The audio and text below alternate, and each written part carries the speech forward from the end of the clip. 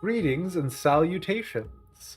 I cannot swear for another 6 minutes because that's right, the YouTube simulcast is back, and that's right, the audio on the YouTube simulcast is a-okay. To sort of give you guys a little glimpse into what my life has been looking like recently, I checked my email, and about 2 weeks ago, I got advance notice that if I wanted to ride a certain current of content creators who were doing a thing on a certain game, that I had been invited. I had been given a free game code for it, which of course I took and is still valid for their game. Did not participate in the live stream or media blitz, so I'm on top of everything as always. But that being said, we're doing a little bit differently with regards to streams. We're pushing it back an hour for today and for tomorrow, and we are unfortunately doing those shortened streams while we try and ever eke closer towards the concept of profitability. I've heard it's out there somewhere. So today the focus is just the life and suffering of Brante. Same thing, Sir Brante. Same thing tomorrow, and then Friday we are switching back to Final Fantasy XIV. Probably finishing out the melee role quest, and then going over to some of the Wachumeki Meki deliveries and stuff like that. So you get it. And it's good to see you, Ender Friend, Clare, hey, Mesphia. Let's just get into the ding dang thing, hey? If you have somehow not seen us play the life and suffering of Sir Brante so far, it is a truly wild experience, and I am pretty happy for you guys to get here, because we're just moving from childhood into being a juvenile. So that's fun.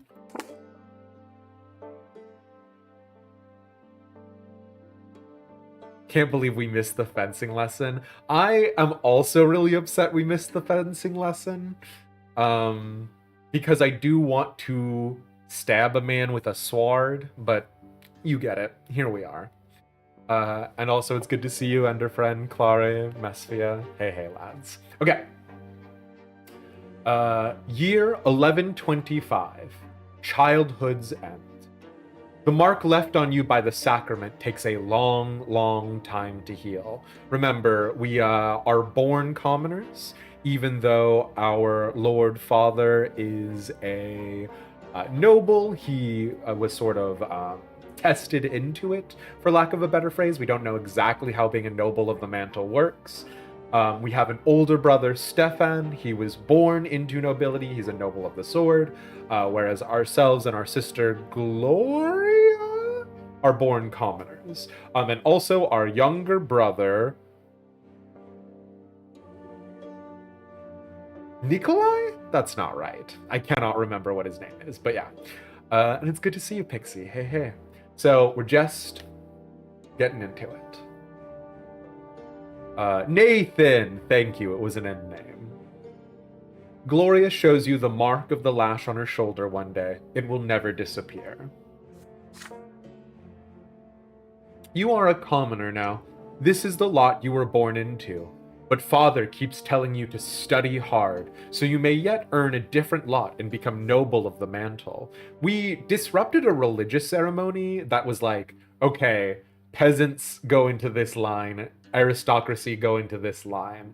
And so we tried to resist the like whipping that we were going to get as a part of being a commoner and kiss the sword. We did successfully kiss the sword, but you know, we were forced back into line.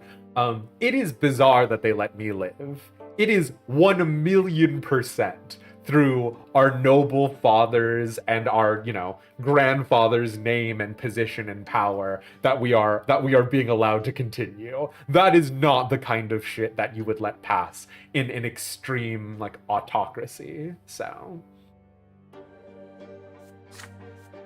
You recall the past with warm sadness, when Stefan still lived with you or when he wrote to you for a time shortly after he left. Now he thinks it beneath him to write to the commoners in his family. Mother didn't lock herself in the bedroom as often back then.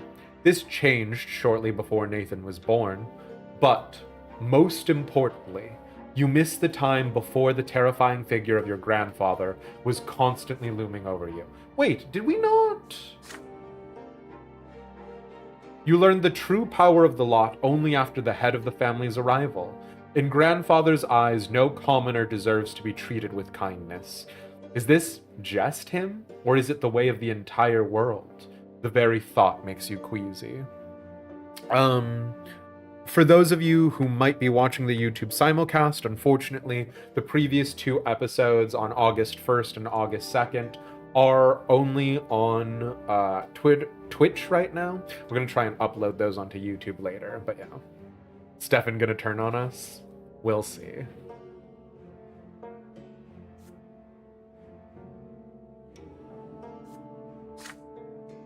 You are older now, and what's more, you are an elder brother now.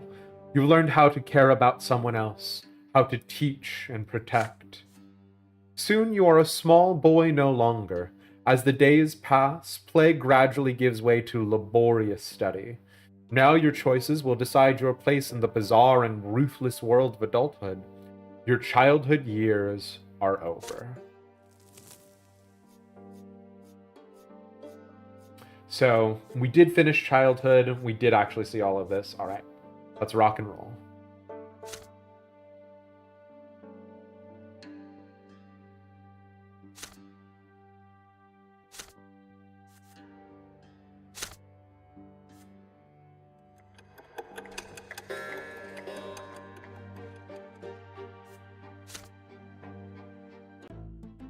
I was growing up fast.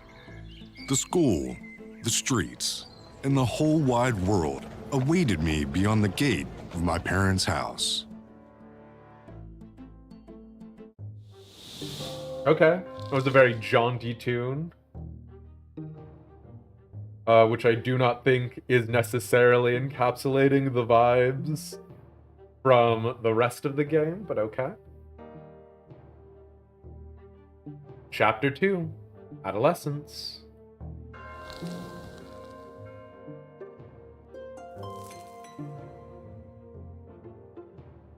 Chapter 2, Adolescence. You've lived in this world for 8 years now. As you grow older, life grows more complex. The world of your childhood was limited to your house and family, but now that realm is expanding. It also includes your neighborhood, the nearby houses, the streets of the ancient city of Anizote. A question now looms over you, growing more pressing with each passing year. What will your place be in this vast outside world? Few people in the blessed Archnean Empire trouble themselves with this question. It's not within a man or woman's power to choose. Their destiny is predetermined by their birth and those who bore them. And yet your peculiar birth has granted you a choice. Your father is a man of nobility, a worthy example in matters of duty and honor. Your mother is a commoner of lowly estate, humility, and patience made flesh. And your sky is ablaze day and night with the light of the shining pillar, the beacon of the clergy. You missed too much of this, you're making up a story in your mind. I've got good news and I've got bad news. The story that you are making up in your mind will literally not be as wild as the actual story. We got beat for stealing some sugared sugared fruit, and I desperately wish, like, I don't know if anyone here has ever read Peppermints in the Parlor, which is perhaps one of the wildest novel pulls I could ever do, but it had big Peppermints in the Parlor energy, so. Your back bears the mark of the lash. Will you accept the drudgery and suffering that is the lot of the lowborn for your entire life? Or will you follow in the footsteps of your father and your father's father and fight for the right to serve the empire as a noble of the mantle? Perhaps will you follow the twin gods' word and offer spiritual guidance to others? So, we are obviously, in order to be as close to Elish as possible, and there were a couple of places we deviated last time, we are obviously going to try and aim for something vaguely military and religious adjacent. We'll see where we land.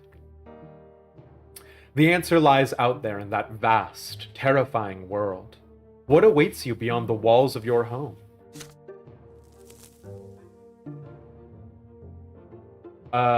Events that could happen to the Brante family in this chapter. Gloria's secret. I genuinely believe like Gloria's actual biological father is like some high-ranking noble, something like that, right? Because our mother said, if only your bastard father, paraphrasing, had kept us, right? So there's something there. Stefan's disgrace. You find out about your elder brother's forbidden love. Okay. Blood Tide. You joined the blood tide of the Brante family? What? Nathan's admonition.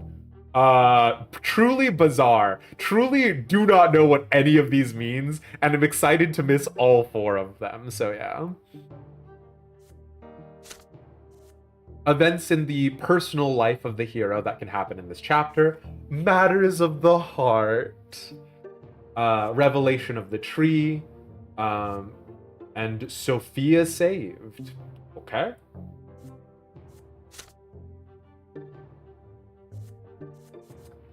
Nobility, 0. We are unprincipled. We are ingenuity, 0. We're slow. Spirituality, 0. Mundane. Willpower -10. Exhausted. We did get beat by our grandfather for eating sugar candy or like sugared fruit, so that happened. Our grandfather also beat us to death once, which you win some, you lose some. We came back and we got +1 to all of our stats. So relations screen is now available, province screen is now available, map of the empire screen is now available. So what we had previously was we did have destiny. We got everything but the fencing lesson. We do have our personality screen, which tells us some of our stuff. We had different stats in the previous iteration. We had perception and determination, I think was what it was called.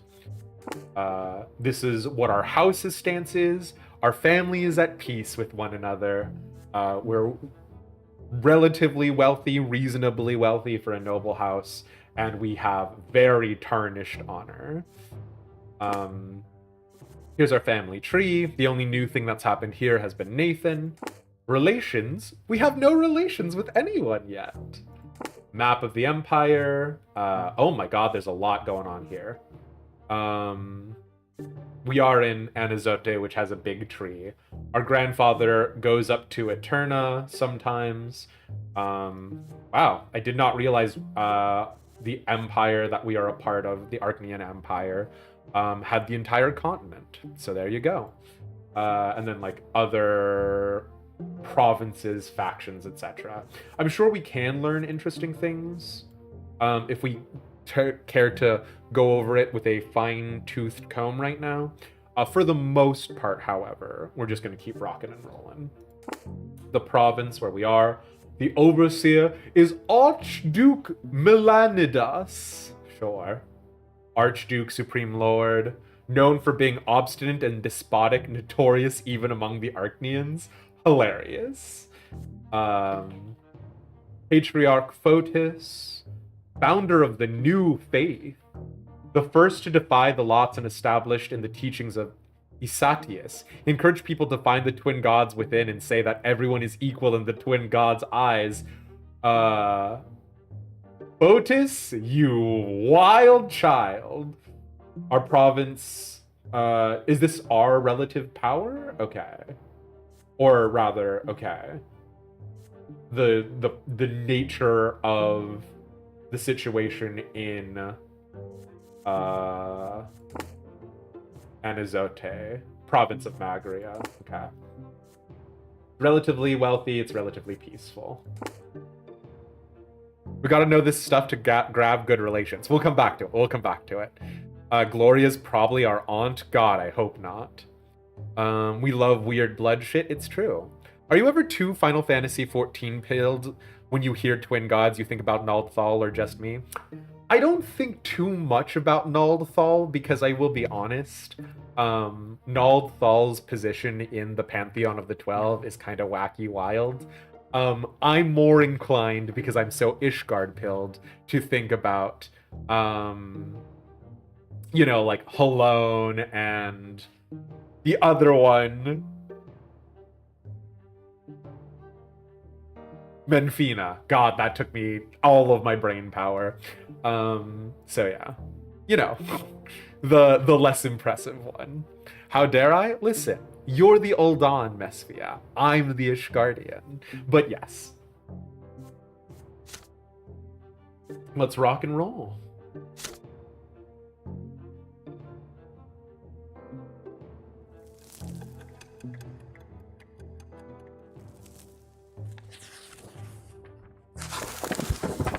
Odds Nathan dies this chapter. Kitty Beans, not only am I willing to guarantee that Nathan is going to live to the end, it is my personal belief that Nathan is going to turn into like a weird super cultist, right? Like, especially with this screen about the new faith and how in the new faith everyone is equal in the eyes of the twin gods. You bet your ass Nathan is joining that religion. You bet your ass he's like going weird with it. This is why Ishgard is poor. I mean, that and being landlocked. All of our trade routes were by rivers. Our trade routes, as if I was actually an Ishgardian. Hi, it's me, Demise, the human being. I do not live in Ishgard. I live in the real world.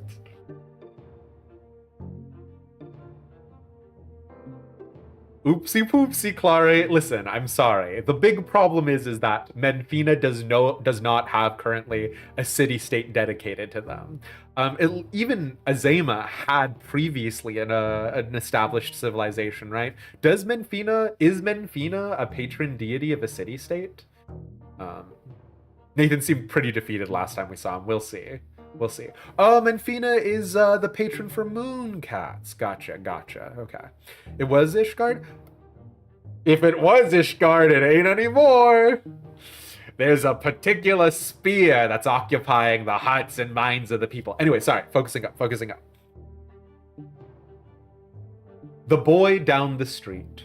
The family expects more and more of you as you grow up. The teachers and tutors hired by your father keep you on your toes all the time. Your life these days is dedicated to studying for your future, for the future of the Brante family. Your younger brother, Nathan, keeps growing up too. He can hold a conversation now. You never refuse him when he comes to play, provided you have a bit of free time between your demanding lessons. It is a rainy day today. Father and mother have gone to a ball. Oh, God. More balls, please. And they left Nathan in your care. You lose track of time over the books in the sitting room, and Nathan goes off alone to splash in the creek. Soon you hear his voice begging you to come outside. He's on the porch, sobbing, all covered in dirt. You walk up to him as he continues to bawl. It's all that kid. He pushed me into the ditch and called me names. This man is going to fucking die. This kid is going to die. He said I was a fancy pants fool. I said I'll call my brother. He's still there. You have to go punish him, Elish. Nathan points at a lopsided wooden house further down the street where the poorer artisans live. You see two boys lingering there on the porch. They are clearly both commoners, but far from poor. One of them is almost as tall as Nathan, and he frowns in a funny way, just like him. The other looks older, almost your age, but he's more broad-shouldered and taller. His name is Tomas. You've heard it before. There, Elish, that's him! Nathan points at the younger boy and hides behind your back. Thomas grins and rolls up his sleeves to reveal strong forearms. He must have been helping his father with manual labor for quite some time. Listen up, rich boys. We don't give a damn about you or your friendship. We don't let nobody call our home a stinking rat hole. Your little brother earned his ditch dive. Maybe next time he'll dress normal and stop picking fights with people who can throw him in the mud. Your hands clench into fists before you react. Nathan called them names first. No wonder they did the same. That's how it goes. But pushing your brother into a ditch is too much. Thomas stands tall and confident. He sees no threat in you. You're about to get ready for a fight when you feel a tug on your sleeve. You turn your head to see Nathan, the one who started the whole mess.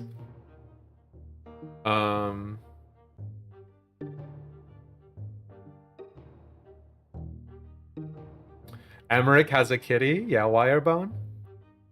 Literally out of your childhood. What are good questions to ask about world building? You're watching an interactive world building stream and you might get to make another NPC for the world. For me, Pixie, one of the greatest questions with regards to world building, and that's, you need to remember who you're talking to. Hi, smile, it's me, Demised. One of the biggest questions when it comes to world building is the world a place where you would want your family, friends to be, right? And if you want to break that down further, you could talk about social mobility, you can talk about relative safety, you can talk about the ideologies of the world, but it also raises the question about how long has there been peace, how short has there been peace, what are the neighboring powers like, etc. So like, is this the kind of place you want to bring? Is this the kind of place you'd want to bring your friends and family? And if not, why not, right? So, yeah. You got your ass whooped for fighting the neighbor's kids, but it was worth it? Hell yeah, Mespia. It's in one of the Eorzea Encyclopedia entries for Borel Manor. He owns a cranky old cat. I didn't know that, Wirebone. Hell yeah. Oh, it's not safe, Walking Dead and out of control bandits galore. I fucking love a good setting that makes zombies central to it. I know a lot of people think that the undead as like a primary antagonist is boring because it's just like that sort of like baseline evil threat, but that's what I love about it. Which obviously in Brante we're not trying to play a noble paladin. That's because I think Brante doesn't allow a noble paladin. But like one of the reasons why I love paladins is just go to a graveyard infested with undead, smite a bunch of boys, come back when you're done. I don't know. I love that kind of stuff. But then I guess the next question would be, yeah, with regards to, okay, there are these Walking Dead, there are all of these bandits, right? What is being done to countermand that, if anything? So yeah. An hour to spare on Wednesday afternoons we could watch. Yeah! About that hour to spare, Pixie. Okay, so we are being confronted with a position which is that our younger brother aggravated and annoyed some other lads. Those lads came and picked a fight. We can come at Thomas and give him a beating, say your brother is to blame, resolve the matter peacefully, listen to your brother first. We do not have a good relationship with Nathan, right? So it ain't gonna be that. Come at Thomas and give him a beating. This is Elish we're talking about. It's good to see you, Sathis. And no worries, People's DM. With the schedule in flux as it is, I understand people are going to be all over the place. You have not missed too much. We've been catching up. You simply have to teach that jerk a lesson.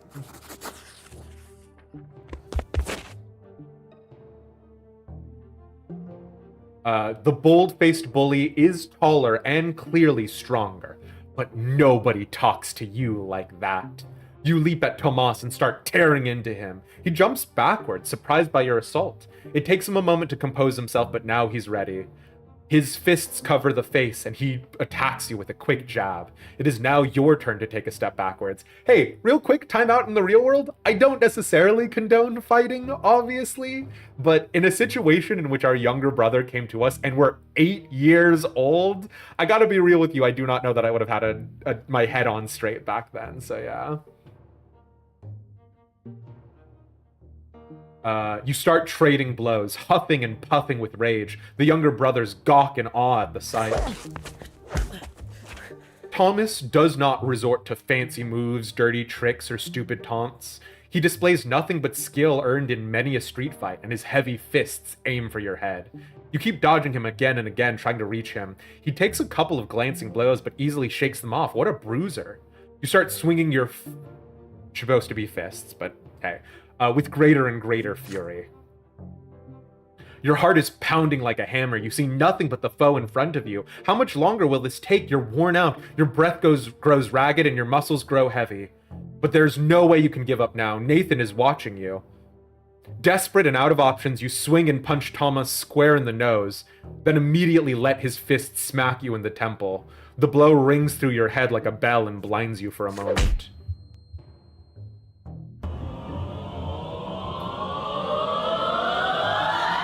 An anonymous gifter, thank you so much for gifting out those 4 subs to RB Kitte, Munchkin Mix, Dedicated Medic, Maylin Clover. I appreciate that. You didn't realize you checkmarked anonymous? Denisar, I appreciate the subs. Thank you so much for gifting those out. If you're here, be sure to say thank you. You've now got access to the full suite of emotes. We do a few odds and ends related to subscribers. You've got priority for running content when we do that and all of that jazz. But yeah, thank you, Denisar. And be sure to say thanks if you got a gifted sub.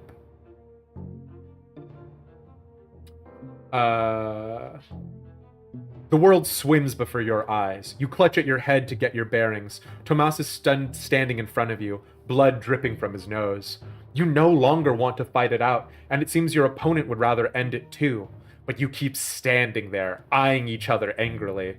Then suddenly, you hear an angry shout right next to you. An enraged man in a craftsman apron is shaking his fist. Tomas's face contorts in terror right away. It's my father! Run! And Pixie, thank you so much for gifting out that sub as well to Menil the cat. Mala. Yeah, I appreciate it. Arthur Fist, absolutely. The punishment for fighting is flogging, and the mere prospect of that makes you run like the wind. Tomas sprints in front of you.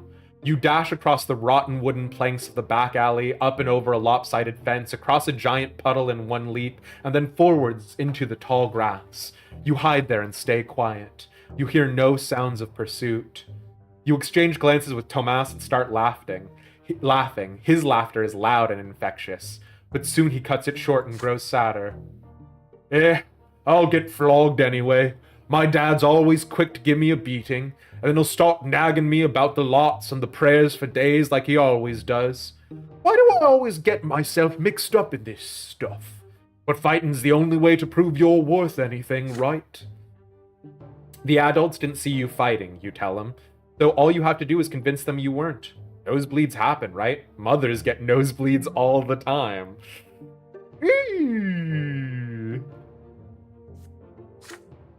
Well, we could try it. Let's hope our little brothers don't tell on us. I'll talk to mine. There's a scratch on your head. Don't let them see it. Good thing I didn't hit you in the face. There, good as new.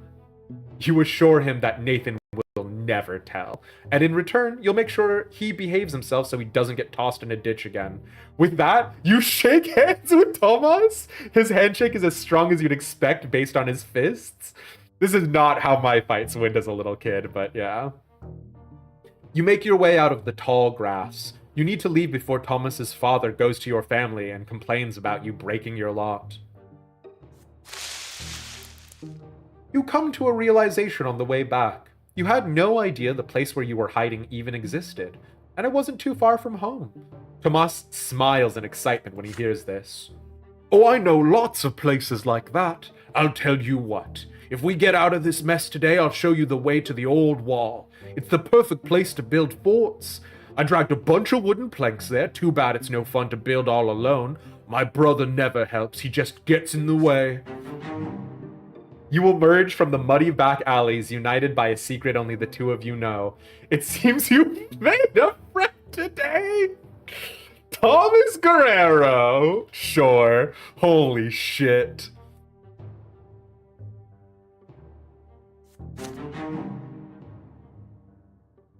Nobility +1, unprincipled. Wait, why did our nobility was 0? Why did we get +1 to nobility from this?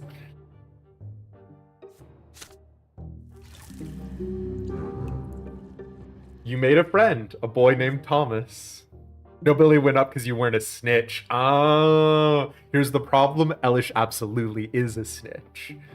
If you can't beat the shit out of your homies and laugh it up, are you really homies? I see. Okay.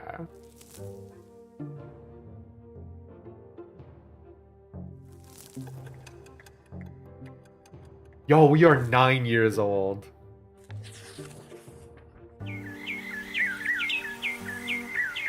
Riders on the road. It is blisteringly hot today. Blistering hot. Blistering hot. Blisteringly. Blistering hot. I think that sentence makes sense. It is blistering hot today, even for the sun-parched land of Magra. As soon as you are done with your studies, you dash outdoors and out of the stuffy room. You and Tomas roll up your shirt sleeves, but it barely helps. You would gladly go shirtless had you only been in the company of other boys. But there are 3 girls in the yard today. They are doing the laundry in a big wash tub, whispering and giggling. If you could, you would gladly keep watching one of them at work. Elish, you are too young. You're 9 years old. She has big eyes of deep blue. Her dark hair is braided and her plain gray dress is mended and patched all over. Her name is Sophia. She throws her head back a little when she laughs. The rays of the sun are reflected in her eyes. You, Tomas, and the other boys keep telling silly stories. Anything to make her laugh.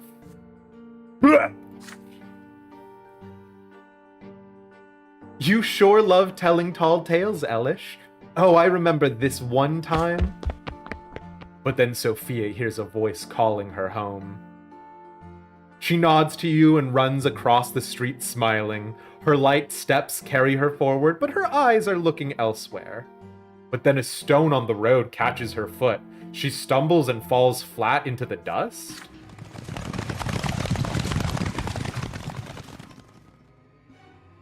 Literally, I mean, here's the reason why, is because it is a fantasy narrative.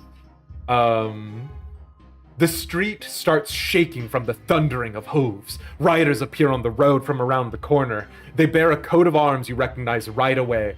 A sable serpent blade upon the field of vert. It symbolizes the Melanidas dynasty, the family of your province's archduke.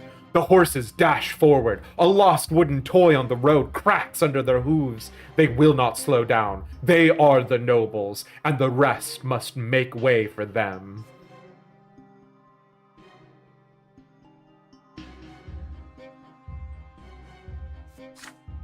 Sophia is in their way. Just now. Oh no, we can't do it! We can't do it! We don't have enough willpower! We're so tired! We got beat for the candies and now we cannot shield Sophia from the horses! Sophia is in their way, just now starting to get back on her feet. Her mother is crying for her desperately from behind the fence door. You freeze in terror. The riders surely see the girl. Are they going to stop? Or are they going to trample her? In only a few moments, the beautiful girl will be toppled, trampled, and crushed. Can't do it, lads. Stay where we are. You stand frozen on the roadside, unable to look away as the cloud of dust covers the entire street. You feel as if a massive, maddened beast whipped into a merciless frenzy has just passed you by. You hear no screams, no cracking bones, nothing but the deafening din of the hooves.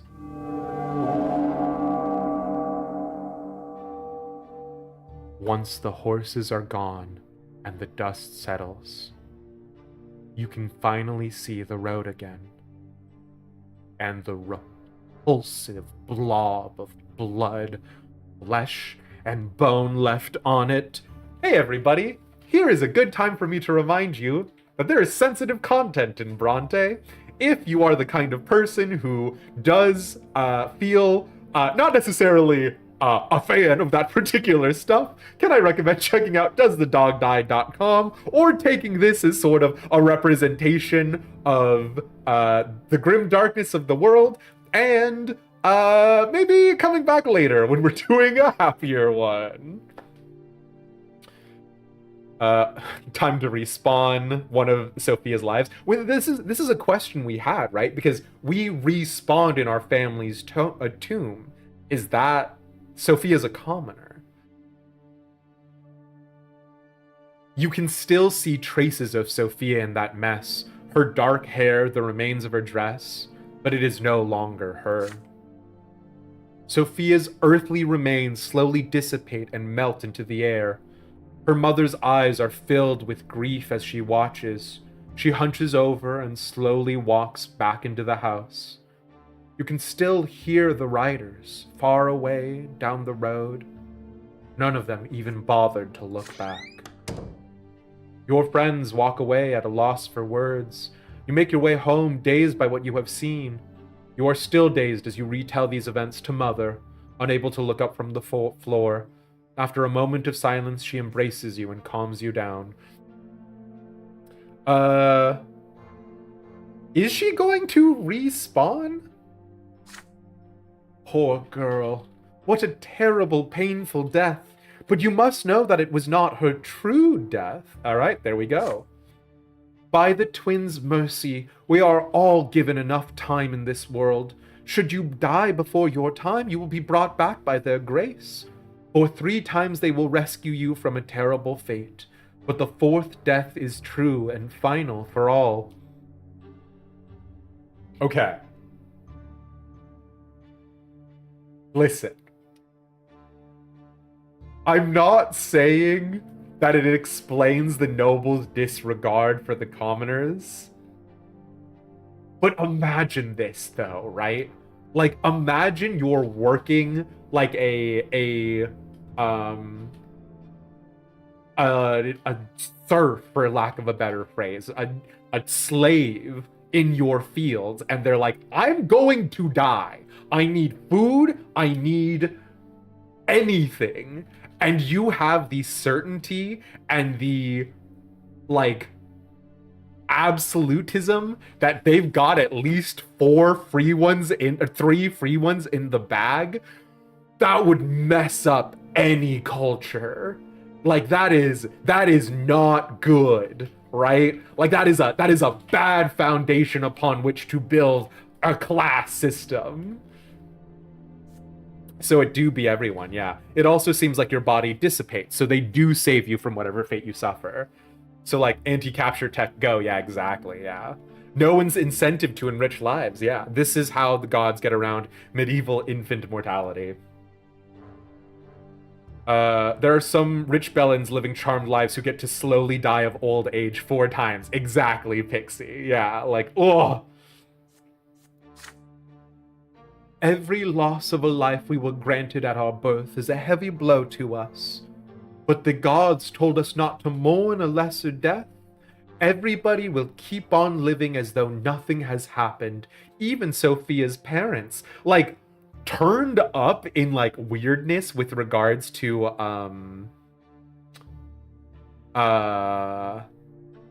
what we were seeing in Final Fantasy XIV, right? With Solution 9, the Arcadion, the idea of, like, soul cells and souls, right? Their family is poor, and they have no family crypt like we do. When the girl's soul comes back to life, her body will be reborn in the city church with all her wounds healed. Do not mourn her, my son, but thank the twin gods for their justice. This is incredible. This is a real reason for faith and the caste systems. If you are not a member of a noble family, right? Or I say the caste systems, I should say faith and the clergy. If you are not a member of a noble family or do not have a family crypt, the church controls where and how you are reborn is wild.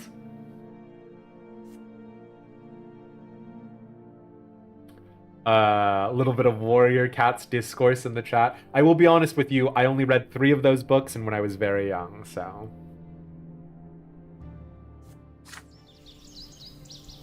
You see Sophia by her house a few days later, and she looks completely fine, without so much as a scratch. The other children tell you that her parents now forbid her from leaving the yard after dying such an early first death. Bitch, I got Sophia beat, literally. I died when I was 6. You call out Sophia's name.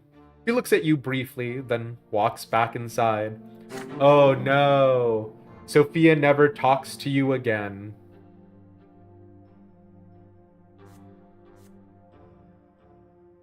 Like, sorry?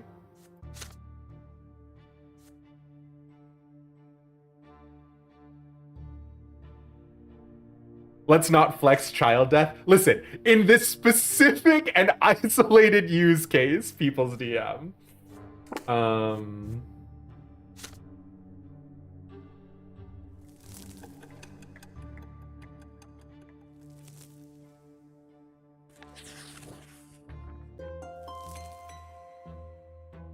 Sophia disappeared after the terrible incident with the horses.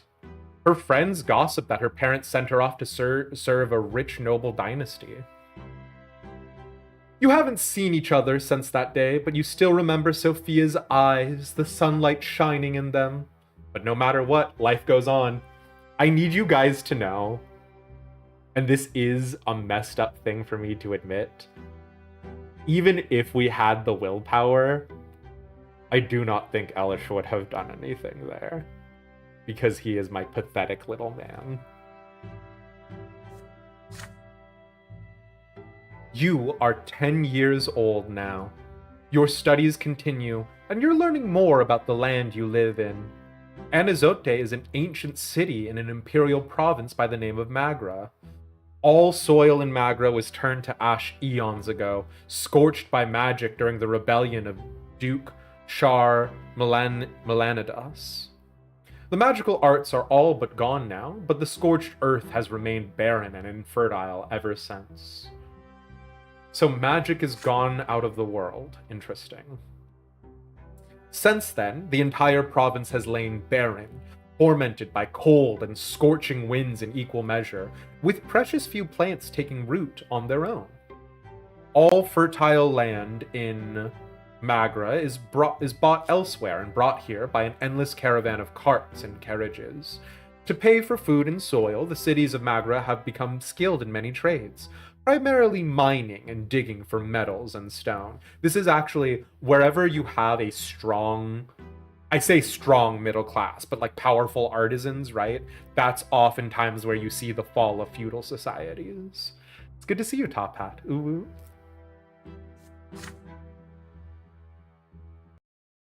Last fall, there was an explosion just outside the city, followed by clouds of thick smoke.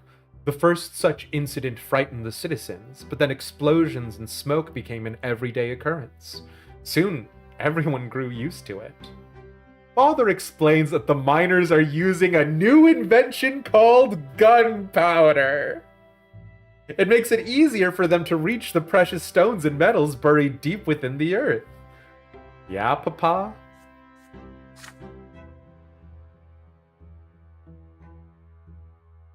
Then one day, a thunderous explosion rocks the city, and black, billowing smoke covers the houses.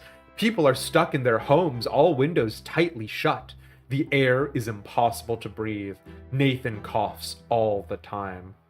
Gloria and you cough only when nobody is watching.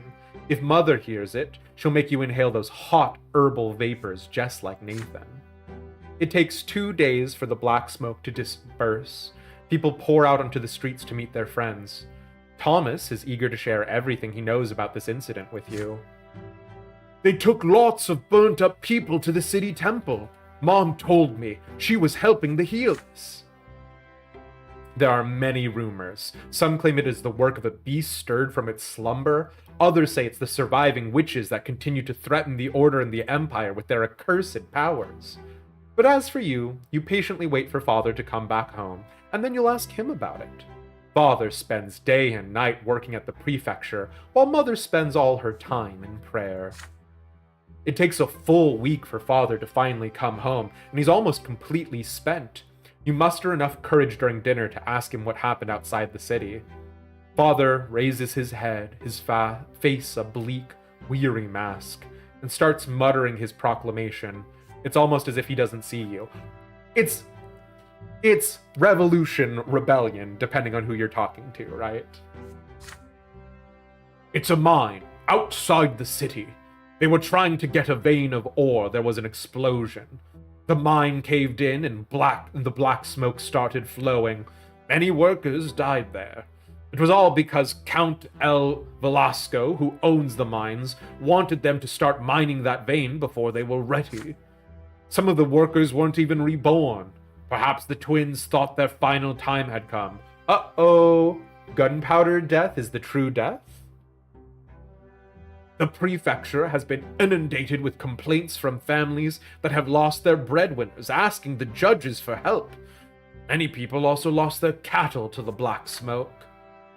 Count El Velasco blames gunpowder for the disaster. The prefecture and the newspapers just repeat whatever he says, but it's plain old greed and tyranny of noblemen that are to blame. Why is the welfare of our province always paid for with commoner lives? Papa, that is dangerously seditious talk from you. I do not think the cows get 4 lives, Enderfriend. You finally finished what might be the most depressing Final Fantasy game? Congrats and/or my condolences? Then, without warning, he grows silent again. You keep thinking about it for days. Can a human life really end so easily? Y'all acting like I have not died. A single moment of bad luck and you die, only to re-emerge from the temple or the family crypt with a new black mark on your arm. Or worse, you remain where you fell, dead, never to be reborn again. Ever. So order in town has gone down, wealth of Magra has gone up, affluence. Sure. Okay. There was literally nothing we could do to affect that.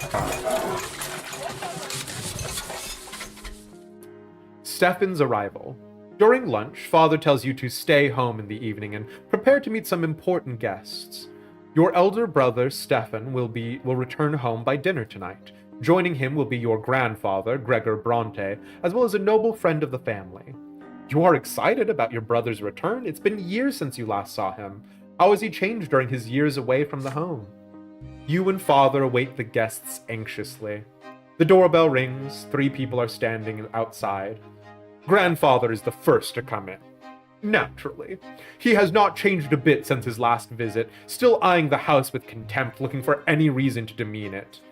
Can Grandpa die 4 times this chapter? I mean, Kitty Beans, it's a really good point, right? Is like, you would probably have to deal with the aristocracy and the nobility a lot more if any assassination attempt that you were going to do against a noble, you had to do 4 times. Assassins are either the best or the worst people in this world, right? They're either your Craigslist assassins, like I put up a listing like, hey, for $5, can you like stab a guy? Or they are like the most elite possible because if they take on a contract to kill a man, they've got to do it 4 times.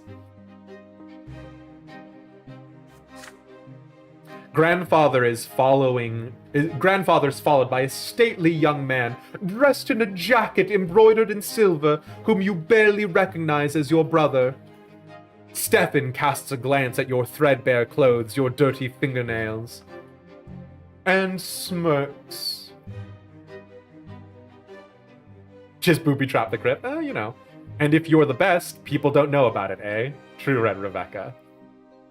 Truly the nobility messed up putting their respawn place in a known area? I mean, at least work in pairs. One for the initial kill, one to camp the spawn point. No! Might be poisons, other ways of getting around the lives. We talked about magic, right?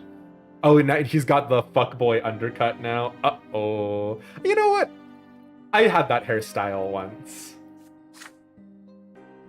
The last to enter the house is a personable gentleman with a worn-out, wrinkled face.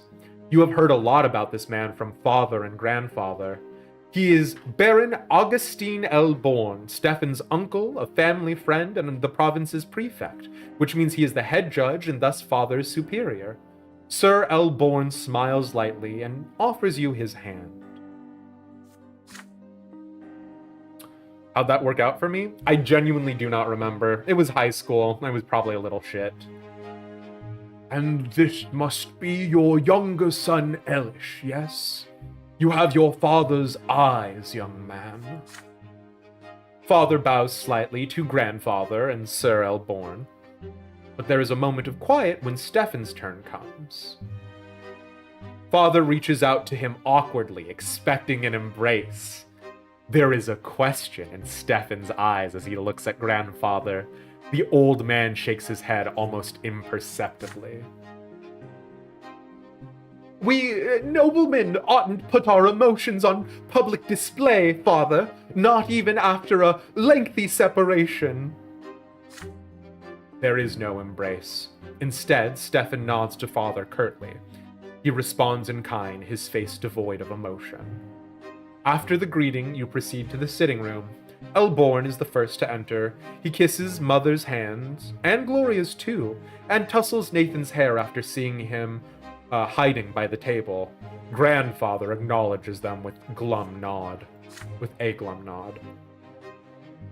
Greetings, Lydia Brante. I remember you were kind to me when I was but a child, and you must be Nathan. You could barely walk when I saw you last. Your elder brother ignores Gloria completely. Not even a greeting.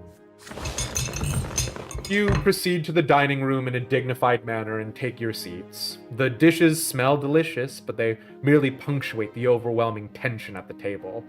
L. Bourne is the only one with a friendly smile on his face. The dinner is splendid, Lydia. Did you choose the dishes yourself? You have a truly refined palate. It warms my heart to know Stefan spent his early years with you. Womanly care always does a child good, no matter the estate. Your fork freezes in the air halfway to your mouth. You expect many things from a noble of the sword, but words of praise for a low-born woman are not one of them. You cast a glance at grandfather. He looks like he is about to choke on those words.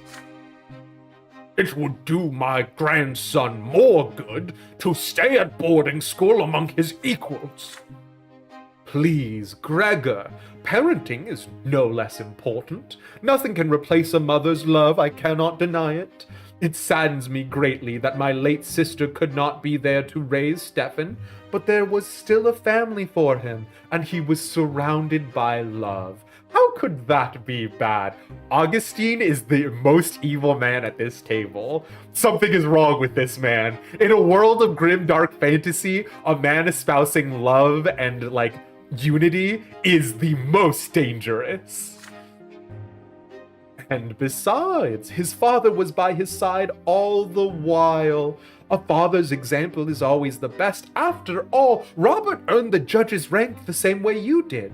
Your grandson will surely follow in your footsteps, and who knows, perhaps even the younger men of the Brante family will contribute to the...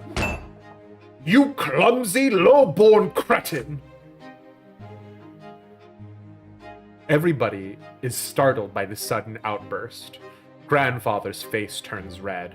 He's glaring at a young lady servant holding a pitcher over a glass. Stefan is sitting right next to her, dabbing a napkin on a fresh stain on his jacket. Begone this instant! The lady servant runs away, leaving the pitcher on a small table by the door. After a quiet moment, L. Bourne smiles again.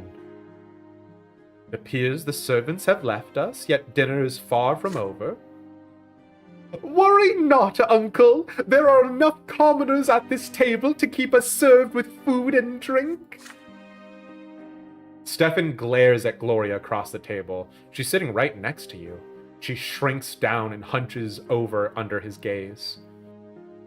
Father furrows his brows. Mother covers her mouth with trembling hands. Grandfather sneers. Stefan's gaze does not move. The silence lasts far too long. Then she starts to rise from her chair. If the Brante gentlemen so wish it. Your hands clench into fists under the table. How can he bring himself to humiliate his own family, his own mother and sister like this? It is all grandfather's doing. Stefan could not even bring himself to embrace father without his permission. Yet, they are noblemen, and they have the right to act this way. If there is any way this dinner can become even more unbearable, you do not want to see it. Well, great news, everybody. This is a time for a quick break. You know the score, anywhere between 3 to 5 minutes. We try to keep it on the 3-minute side. But when we return, it is going to be more of the life and suffering of Sir Brante. See ya!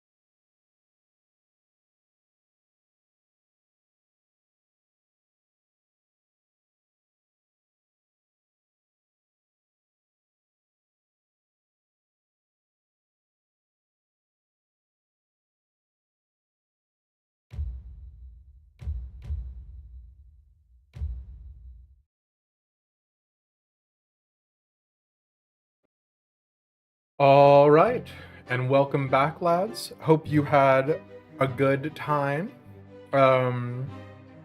So good news, bad news. I see that poll, and I see you all voted to help Gloria. We're gonna make small talk over dinner. This is not a democracy. Gloria is a commoner. Even if our grandfather did not beat us to death, and even if Stefan wasn't being a little shit, here's the problem. Listen, if I'm going it from Elish's perspective, literally what can he do to protect Gloria? And commoner half-sister is unfortunately right?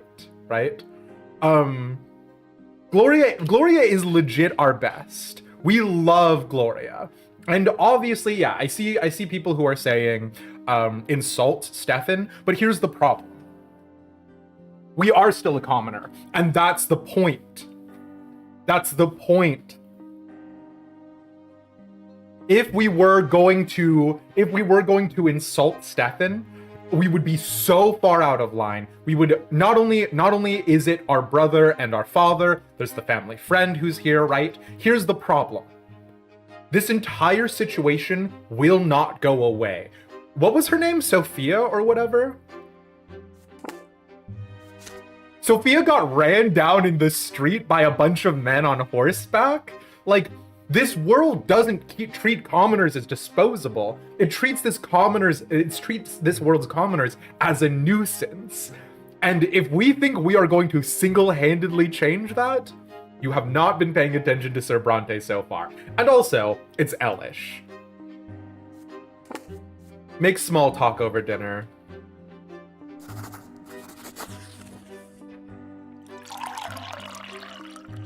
Moving stiffly, Gloria takes the wine pitcher and starts refilling the glasses.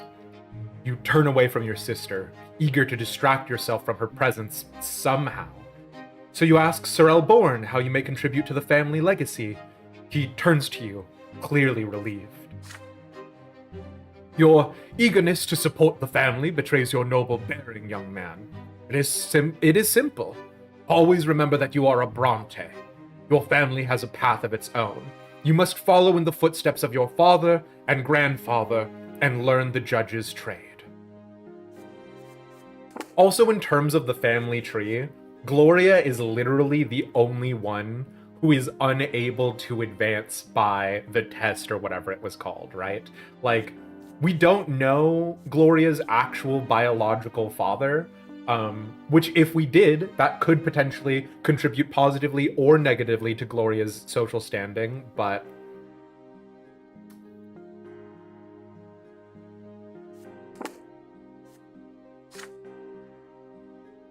you keep asking questions about the life and duty of a nobleman, trying not to look as Gloria continues serving the table. Sir Elborn is eager to explain. A nobleman must always live with honor in mind, but the imperial law stands higher. There are 3 lots and 3 estates. Naturally, they can never be equal, yet the law must govern those who live within each estate. You have a hard time understanding some of the things the prefect of Magra says, but his intellect is stunning. The dinner ends.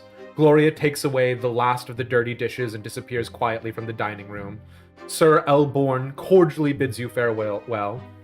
Grandfather and Stefan are still as haughty as ever, but they are clearly pleased. Pleased with what, you wonder? The dinner or Gloria's humiliation? Then you go to sleep. Your sister is sobbing in the next room, loud enough that you hear her. Fuck! Ah! It's fine.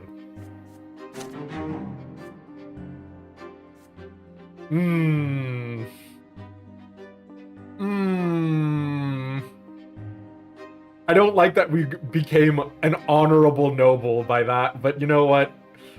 Yeah, that's the double standard, and it just...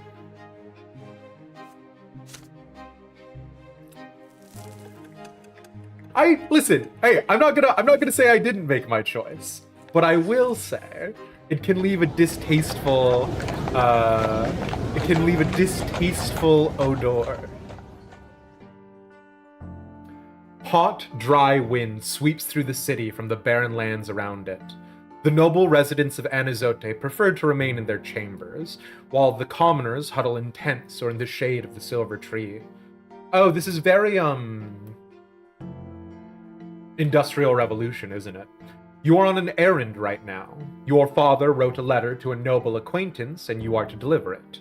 Tomas, the boy down the street, is tagging along. The two of you are inseparable now.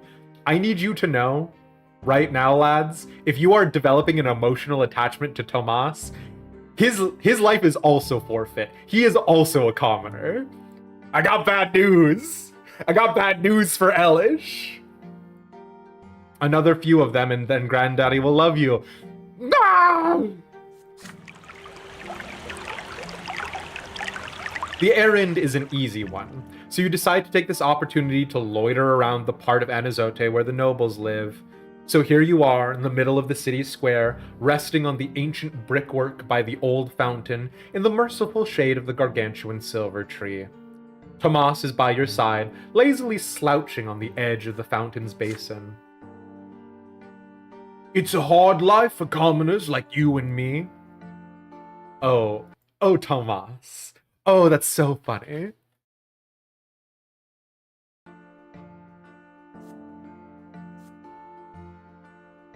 Either you break your back in a workshop day and night, hoping somebody will buy your goods someday, or you become a manservant to some noble.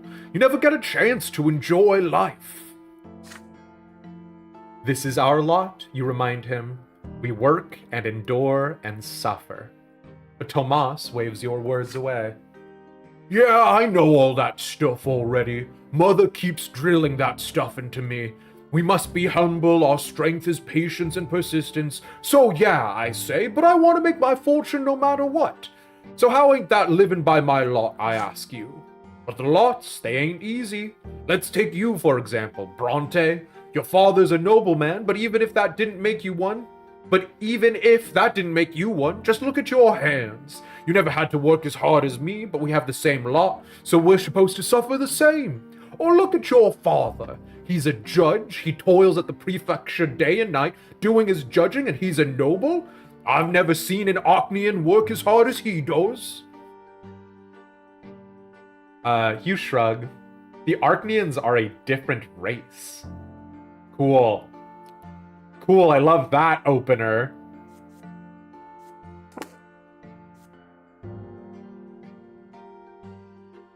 Okay.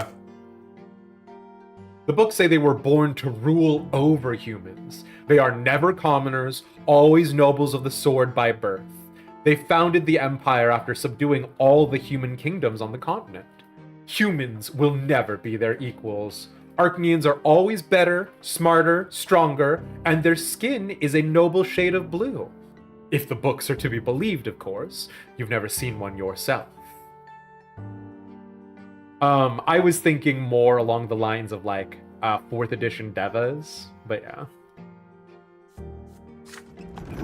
Your idle chatter is suddenly interrupted by a rugged-looking guardsman dressed in black and green. He chases you away from the fountain. Common rabble like you have no place here. You hear the clattering of hooves and wheels against the cobblestones and see flags bearing a coat of arms, a sable serpent on a field of vert. It makes you squirm. It is the Archduke's coat of arms, the Melanides dynasty. Excuse me. The carriage door opens, revealing a young lady in a luxurious dress. You cannot look away from her. Those dainty shoulders suggested but not revealed by the cut of her dress, her black hair cascading over them, her stately, slim silhouette, her pouty lips and prim nose, and those eyes dark like the night sky, the way she moves, fluidly, gracefully. And most incredible of all, her skin glows an azure blue. She is a masterpiece given life. She is an Archnian. Clear the way for me! The Melanides guardsmen work quickly to clear the way to the fountain for the Archnian lady. The searing sun dances on her skin in bizarre patterns. With one elegant motion, she reveals a handkerchief, then leans over the basin and wipes her head and neck with its cool water. Yeah, I know, Pixie. Well, I'll be. That's Octavia Melanides, our Archduke's own daughter. The Archnean turns away and proceeds gracefully back to her carriage. You see something slip out of her hand and fall into the cobblestones right next to you. Her handkerchief.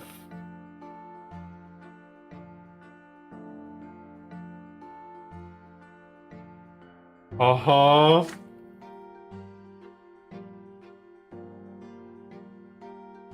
We literally cannot give her back her handkerchief, apparently.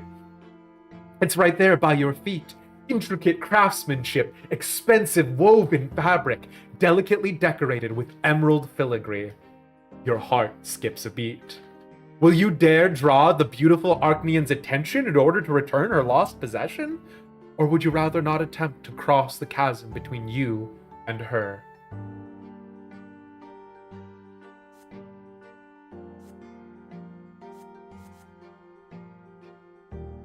We do need some willpower, hey? Keep the handkerchief as a memento. I am not explaining this to any of you.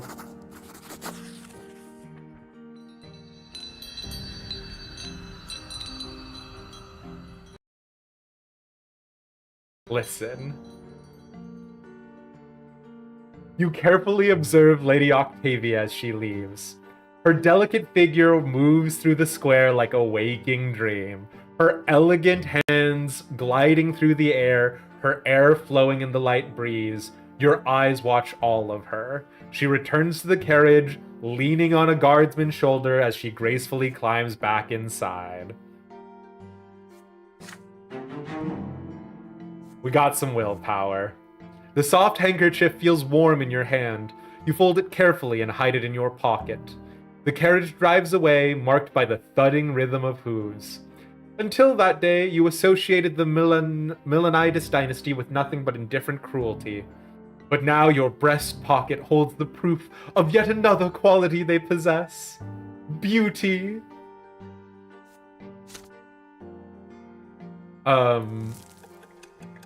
So it is actually a very normal thing in a lot of like medieval European cultures, right? Where you give a knight who's about to take to the field or anything like that a sign of your favor, right? Like it's a political maneuver as much as it is a courtship maneuver, right? Because sometimes you give your favor to someone who you're not romantically inclined with, but it's because you're making a political statement about your house, your family, who you're supporting, who you want alliances and friendships with. The idea of a little kid Elish being like, I have her handkerchief, it's her favor, being like, I absolutely fucking see him doing that, so yeah. Sure hope this doesn't awaken anything in me, yeah? Listen, Pixie. 12 years ago now, you overhear an important conversation. It is a spring night, and Mother just sent everyone to bed. You walk past Father's study and hear voices coming from beyond the door. Grandfather is yelling, and Father is replying quietly. The elder Brante men are fighting, arguing about the place of the commoners in the city. You sneak outside to avoid Mother's attention and hide next to the open window of the study. Perhaps they'll mention you too. That low-life idiot had the gall to pay me a visit and beg me for some service. He had the insolence to ask me outright. He thought I was going to support his claim for the chairman's seat in the lesser quorum. How dare he? Father, please listen. Mayor Egmont might be lowborn, but he carries a lot of clout in Magra. He owns 5 iron mines. A friend like him could be quite useful. Should he become the chairman of the lesser quorum? I don't give a damn who this Egmont is, Robert. What he is, however, is a lowborn. His lot is humility and obedience. The likes of him can never rule anything. They're nothing but a flock of sheep that needs a firm, noble hand to guide them.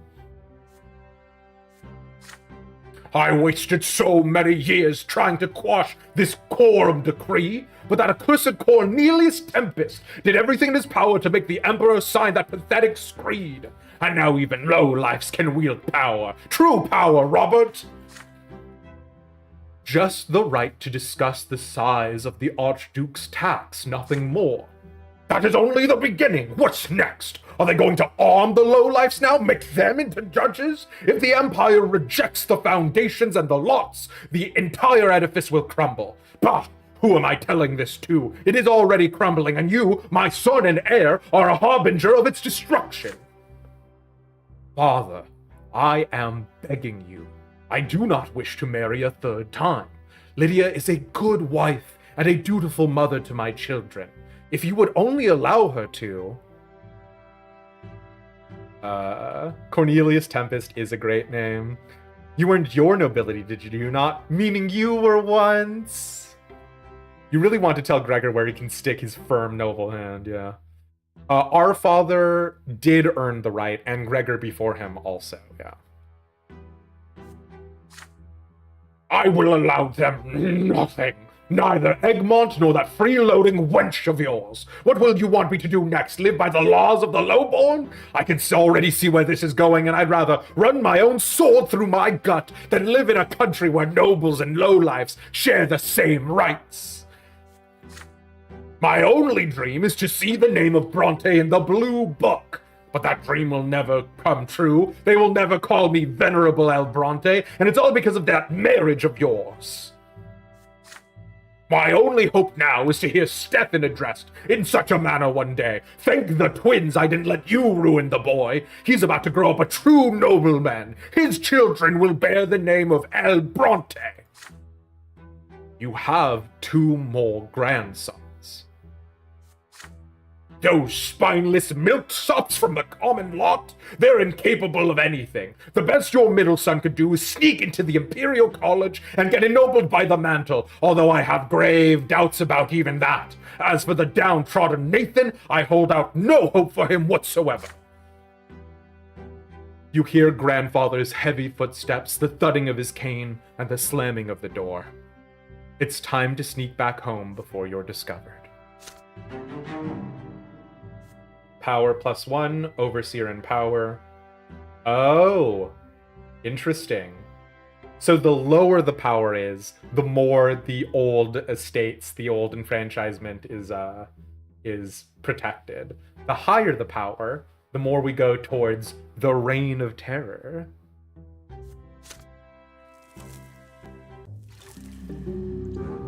School begins. You start studying at the school of Sir Tibor and began to master the sciences.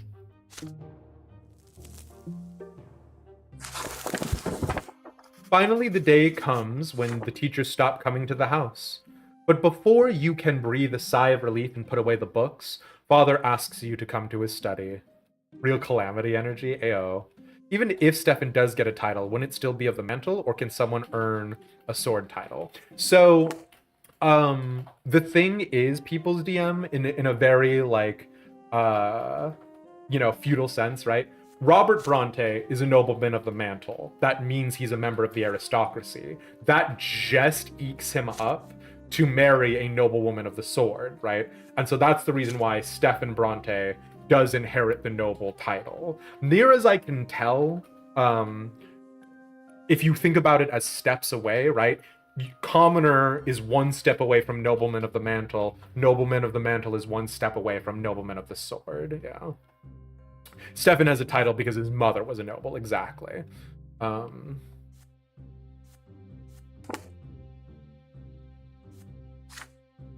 You've grown, my son. It's time for you to continue your education away from home. I've chosen a deserving school for you. Sir Tibor's School for the children of noblemen and well-off commoners. Naturally, it is not a boarding school for nobles, so you will study there during the day and come home in the evening. Very scholasticate energy. You share the news with your best friend, Thomas. Sir Tibor's School, eh? Yeah, I gotta ask my parents to send me there too as soon as they get the coin together. Father says his workshop has toiled day and night for years to save up for my education. The school is based in an ancient estate of Archnean design. The classrooms are tall and spacious with massive benches. The sound of scraping quills and lectures on history and imperial law and theology echo under the vaulted ceilings. The rules are strict, the lessons tiring. Restless Tomas keeps getting distracted, and several times he gets his hand slapped with a stick for it. Every teacher demands flawless mastery of their subject. Every day, Father asks you about your studies. You have already told him twice how Magra joined the Empire and how the nobles' court of honor is different from the commoners' civil court in the city prefecture, but Father keeps pressuring you to work even harder. When it is time to go to bed, Mother will not let you go to sleep until you recite a newly learned prayer for her. And when it is time to go to school, you promise her every day that you will behave with great humility and steer clear of insolent behavior of any kind, for you still live by the commoner's lot, and that lot is hard work and suffering. Your first month in school draws to a close, and the teachers announce that there will be exams at the end of the month to determine the best and worst students in each subject. Father insists that you devote all your spare time to studying law and history if you wish to follow in his footsteps. But when you speak to Mother every day, you start considering theology. You still remember the revelations and divine visions that came to you in your early years. You have only one more day until the exam. You have locked yourself away in your room. It is already getting late. Your desk is covered with handwritten notes, surrounded by leather-bound books. Just looking at them makes you queasy, but you have to read through all of them again, at least for one of your subjects. There is a nagging thought on your mind. Tomas ended up in big trouble the other day. He got in a fight with several boys who live next door. They heard about your wooden fortress and got in an outrage by the fortification built by commoners. They swore to dismantle it tonight. Tomas swore he would defend the fortress until the end. Perhaps you should abandon the books to rescue the friend in need. But then you hear your little brother Nathan knocking at the door. He stands there shyly, not saying a word. He often does that, standing still and staying speechless until either you speak first or he runs away. But this time, he actually says something. The door is locked. Are you okay, Elish? Is there anything I can help you with? I can do to help? Your head is spinning. This is the last evening before the school exam. If you fail, your family will be very disappointed. You have to refresh your memory on law or theology, either one or the other. But Tomas and your fort are about to be stormed. Why today, of all days? You grind your teeth in rage at the thought. Nathan is by the door, trying not to bother you. He wants to help you the only way he can for reasons known only to him. Will you accept his help? Abso-fucking-lutely not. We're studying theology. You devote what little time you have left to the exam, before the exam, to studying theological texts. There is one thing that Elish is going to be, come hell or high water. You push Nathan out of the room. He cannot possibly help you prepare for the exam. With him out of the way, you delve into the books on theology. Your mind is awash with the names of saints and zealots and the concepts of the divine. Your studies tire you out so much that you fall asleep among the books, until your mother wakes you up gently and sends you off to bed. Come morning, you barely have the time to wake up before you are walking to the menacing edifice of the school. The entire day is a constant stream of school subjects demanding knowledge, questions demanding answers. You demonstrate satisfactory knowledge of law and history, though you are somewhat confused by the technicalities of chronological order. It feels like the day will never end, but the end does come at last, the theology exam. As luck would have it, it is the final test of the day. The teacher, a priest, starts asking you questions. Surprising even yourself, you provide coherent answers for all of them. You quote eminent theologians on why and how the lot of the clergy is to provide spiritual guidance to the other estates. When the questions require examples, you quote prayers and the lives of saints you have read with Mother. You earn the highest grade on this exam. We can really remember the order of history. Not gonna lie, I don't remember a lot of American history until we come back to, unless I have like a mnemonic device or a musical about it, right? Back home, You are overjoyed to tell Mother how you aced the theology exam. She pats you on the head gently and says you should tell Father how you did in history and law. Uh-oh!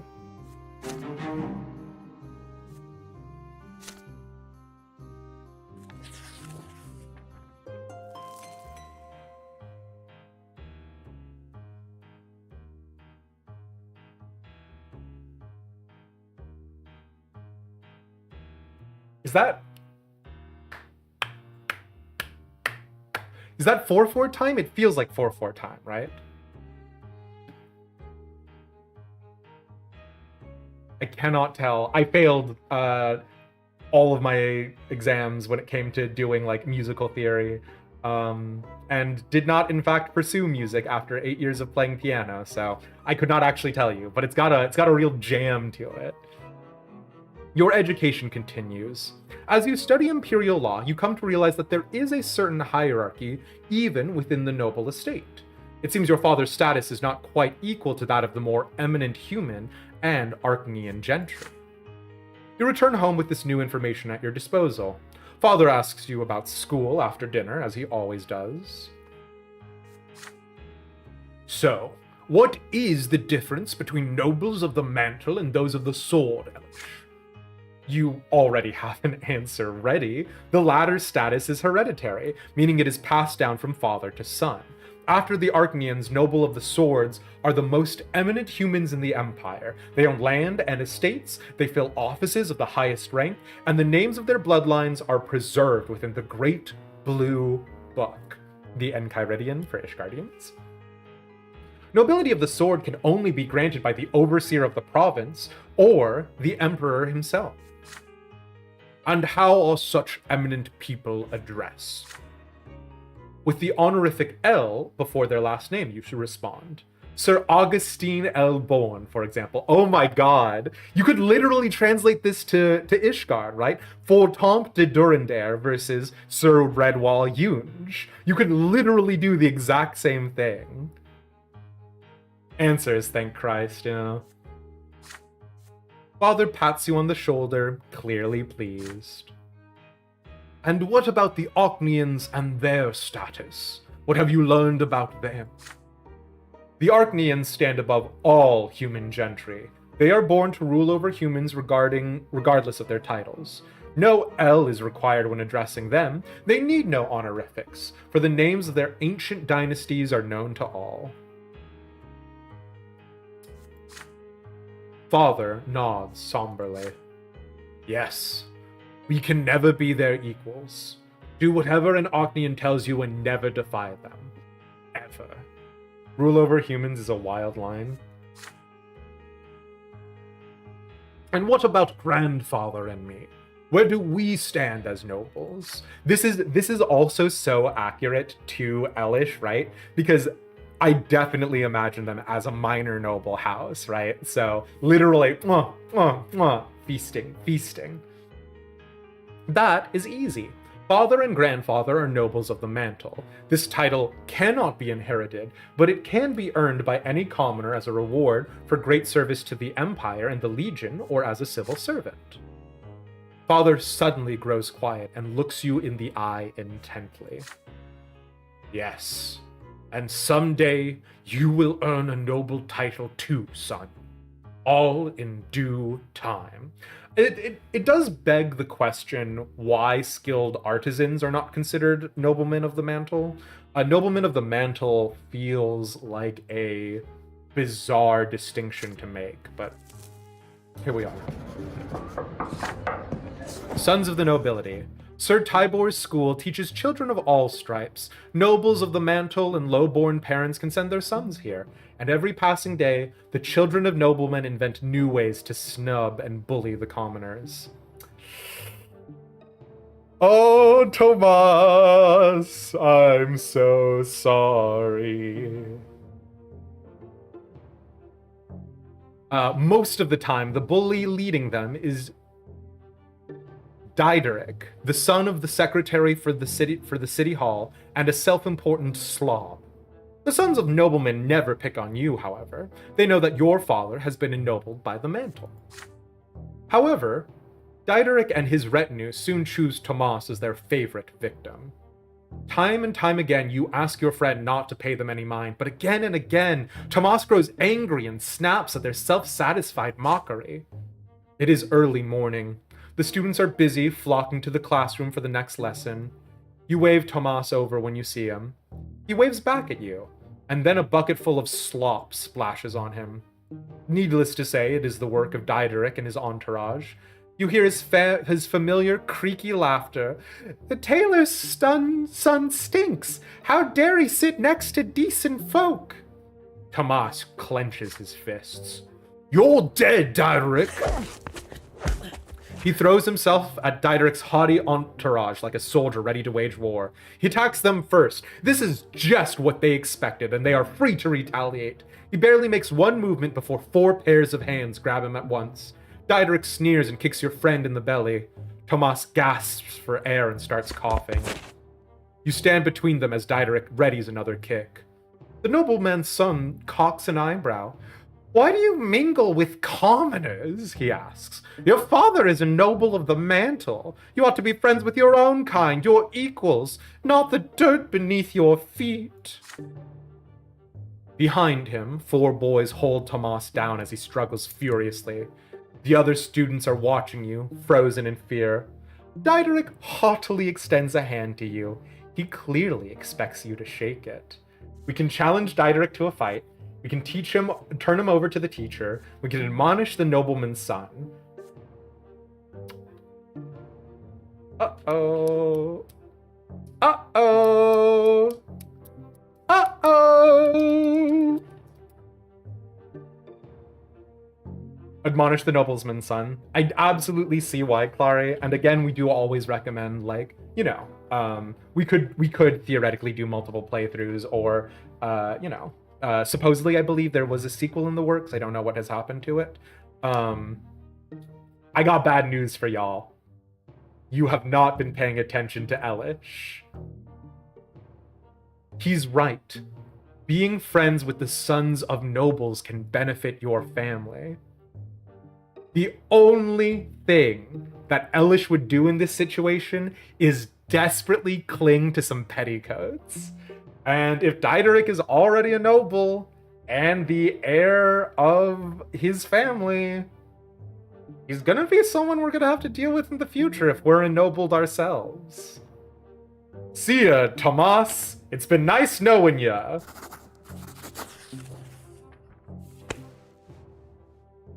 Diederick, Tomas, and the entire school sees you shake his hand. There is truth in what he said. You are both children of nobles. Being friends with your peers is good for the family and your father's standing. The secretary's son's hand is cold and moist. Tomas winces when he sees you shake the boy's hand. A satisfied smile appears on Diederick's face. Now he has finally gotten what he wanted. He signals to his friends to let Tomas go. Tomas gets back on his feet, looks you straight in the eye, and shakes his head in disappointment. "I didn't ask you about that, Elish. Why you..." Tomas avoids you for the rest of the day. When the lessons end, he quickly packs up and leaves without you. You spend the evening with Diederick and his retinue. As it turns out, the children of noblemen aren't so bad when you get to know them. They are simply afraid for their status and eager to avoid being mixed up with the low-born boys. Of course. Not Diederick himself, however. His stupidity and bravado are astonishing. He clearly became their leader through sheer audacity and overconfidence. However, you always remember exactly why you need his friendship. Several days pass, and then Diederick invites you to his family house. You inform father of the invitation. "You have made friends with the city hall secretary's son? This may bode well for our family. Well done. I will accompany you there." Both of you travel to the City Hall district when the time comes. The secretary's house is larger and more luxuriously decorated than your family's. There's even a garden in front of it, planted in imported soil. Diedrich pompously introduces you to his father, a balding, aloof-looking nobleman. The two fathers sip wine until the sun goes down, discussing Anazote affairs such as the quorum decree, the lesser quorums, the policies of Archduke Milanides, and the new agenda set by Prefect Elborn. Father doesn't forget to mention that he is related to the prefect.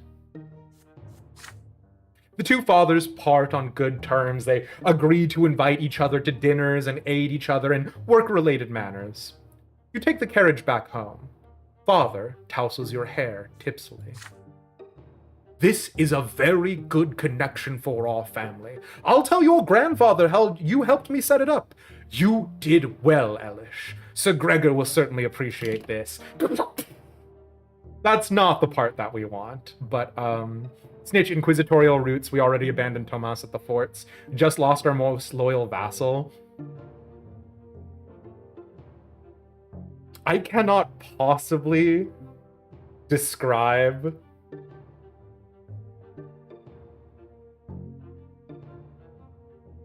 the big problem, I think, that a lot of people have with regards to the idea of nobility and specifically the idea of noble families in Ishgard in Final Fantasy XIV, but also writ large with regards to fantasy settings, right? I'm not talking about the real world. The real world does not matter in this instancing. But in these fantasy settings where magic is real and there is some level of control either the church or the king has with regards to magical artifacts, access to power, those sorts of things, I gotta be real with you. Tomas being very good with his fists, big up. But if Tomas isn't good enough with his fists to beat the 4 henchmen of Diedrich won.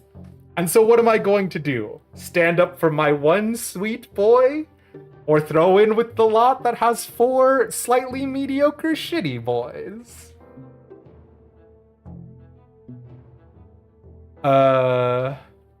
Grampy will love you soon. It's so bad, Pixie, yeah. I lost my most valuable ally? Okay. When the nobles are being hung from the Bastilles, you realize it might have been good to have a commoner homie. It's Ella. She'll spin it that he was working from the inside.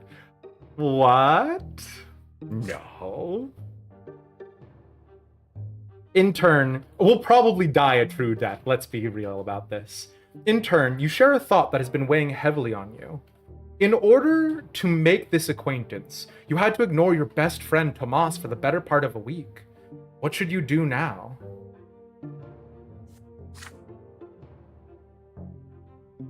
Maybe you should apologize to him first. If you are truly good friends, your friendship will survive this trial. Uh-oh, that ain't right, Papa. The next day, you catch up to Tomas after school. Naturally, he would rather hurry ahead instead of talking to you. You have to keep up with him while talking, which is quite difficult. There's no reason to be angry anymore, you plead with Tomas. Those noblemen's sons have settled down. They'll never bully him again.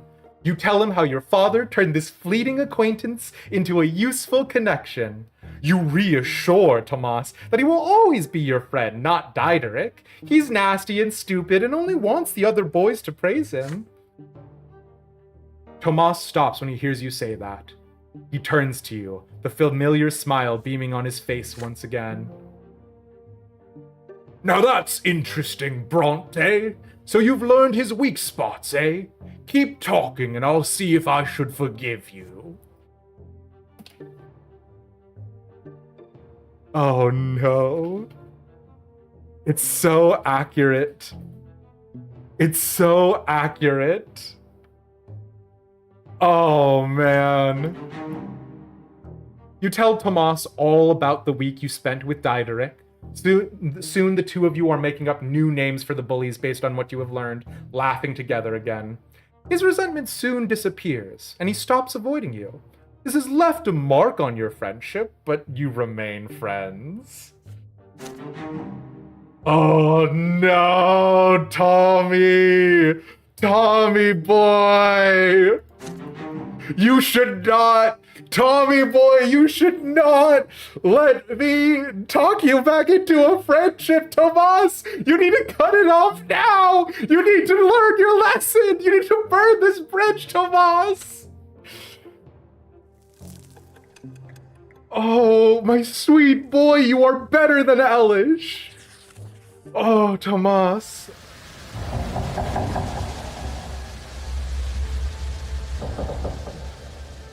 We're still only 12, yeah, Wirebone. This is kind of Elish Core manipulating this lad. The music is so ominous every so often. I genuinely, the soundtrack of this, I was looking up when we went on break. I was looking up whether or not there was a way for us to find the Life and Suffering of Sir Brante soundtrack. But if it's out there, it isn't on Spotify, so yeah. Your theology teachers tell you more about Anazote. It is more than just the provincial capital. It is also a sacred place blessed by the gods. It is where the twin gods' first disciples spilled their blood, and from that blood grew the sacred silver tree. Its enormous foliage hangs over the city. You see its branches in the sky every day, but you have never approached the trunk of the tree yourself. Today, you will be taking your first trip to the silver tree. Your class is visiting a service in the great temple by the tree's very roots. Thanks to your theology teacher, you and the other students will witness this landmark of the twins' advent up close. Everybody is excited. Soon you and the other boys enter the slums surrounding the church district of Anazote. The roots are pulsating under your feet. They spread underground all throughout the area. Pathetic, cramped hovels and filthy streets surround the trunk of the tree. They are home to paupers, day laborers, and preachers. The people of the district bow humbly to you and point you towards the temple. They seem at peace despite the abject poverty in which they live. All who live directly beneath the tree are filled with its divine grace, your teacher says. People come here to make peace with the world and their fate in it. Your class is unusually quiet. Everyone is listening to the rustling of the leaves and the underground beating of the roots. The sky above you is obscured by the tree's canopy. You find the temple of the twin gods right next to the tremendous trunk of the tree. It almost seems a part of it. There is a crowd there.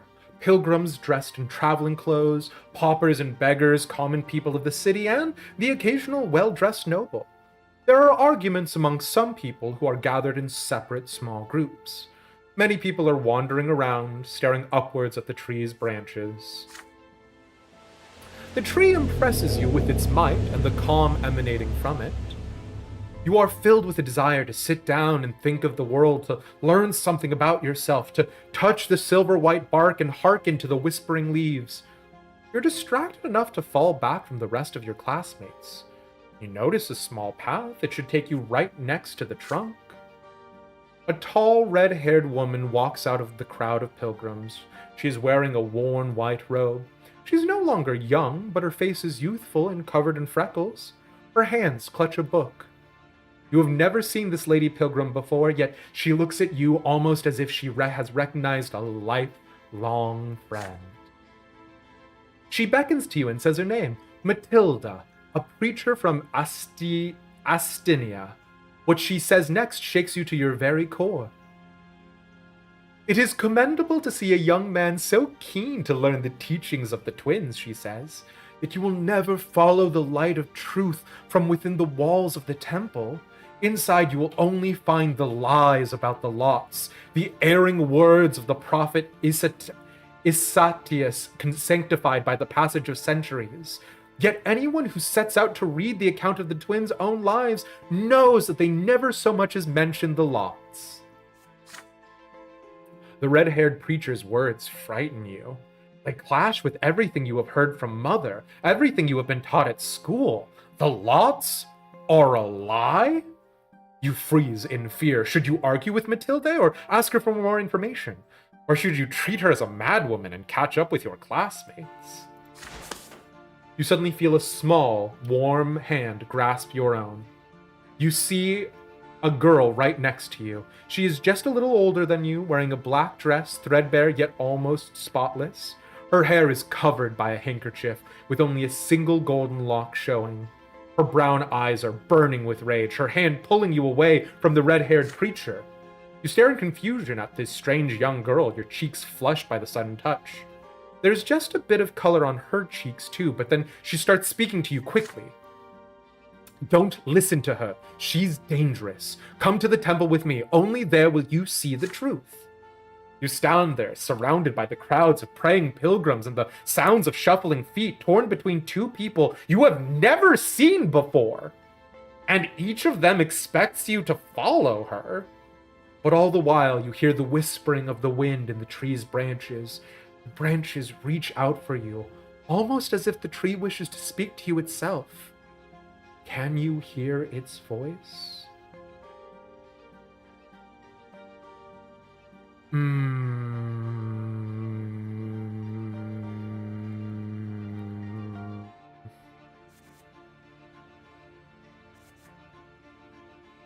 can follow the girl to the temple. We can stay with the red-haired pilgrim. We can leave them and we can approach the tree. Or I can open myself to the tree and listen as it speaks. It's gonna give us a destiny.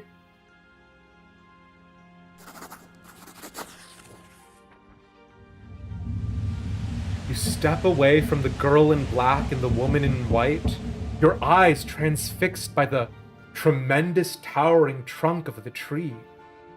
For some odd reason, you recall Mother's ant farm and the ants hard at work inside, and her face as she explains its laws.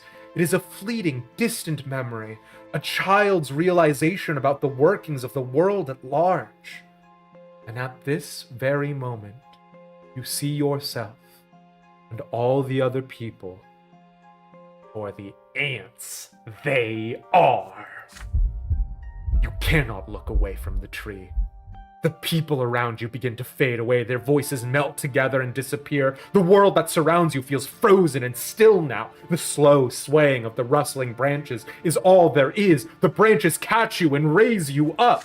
You soar in the air, higher and higher along the trunk of the silver tree. The branches, the leaves, their light is blinding.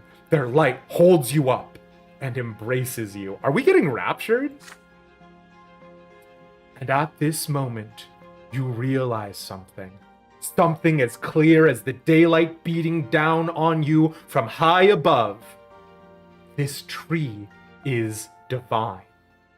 There is no doubt left in you. The tree was planted by the twin gods and left in this land, an ever-living proof and a mark of the twins' existence. And the tree, it speaks to you. Speaks in a language you understand, in the language you learned long before you were born.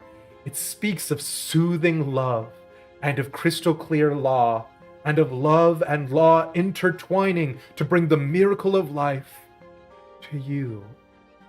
Oh my god. Are we having a religious, apostasy where we're like, our dad is the law, and our mom is love, and now it's us. The twins are about love and law. From this high up, you can clearly see all the land below. From here, you see the entire empire, embroidered with a shining thread of providence, illuminated by the twins' presence. It takes you but a moment to finally realize what the teachers have been talking about all this time. The fates and lots of the people, the workings of life and the empire, it was all created and arranged by the twins. And absolutely everything bears their mark, their design and inspiration. Okay, this is a little too far for Elish. This is a little too drinking the Kool-Aid, but it's fine. And it is in this world that you were given life. Typical 13-year-old occurrence. Yeah, you know. The two people trying to convert you, dang, we have nothing compared to this tree, apparently. Literally, this kid is staring up at a tree as two people are trying to drag him to their literal camps. Somehow, the tree seems to realize that the revelation is now fully within you. It gently lowers you back down to the ground.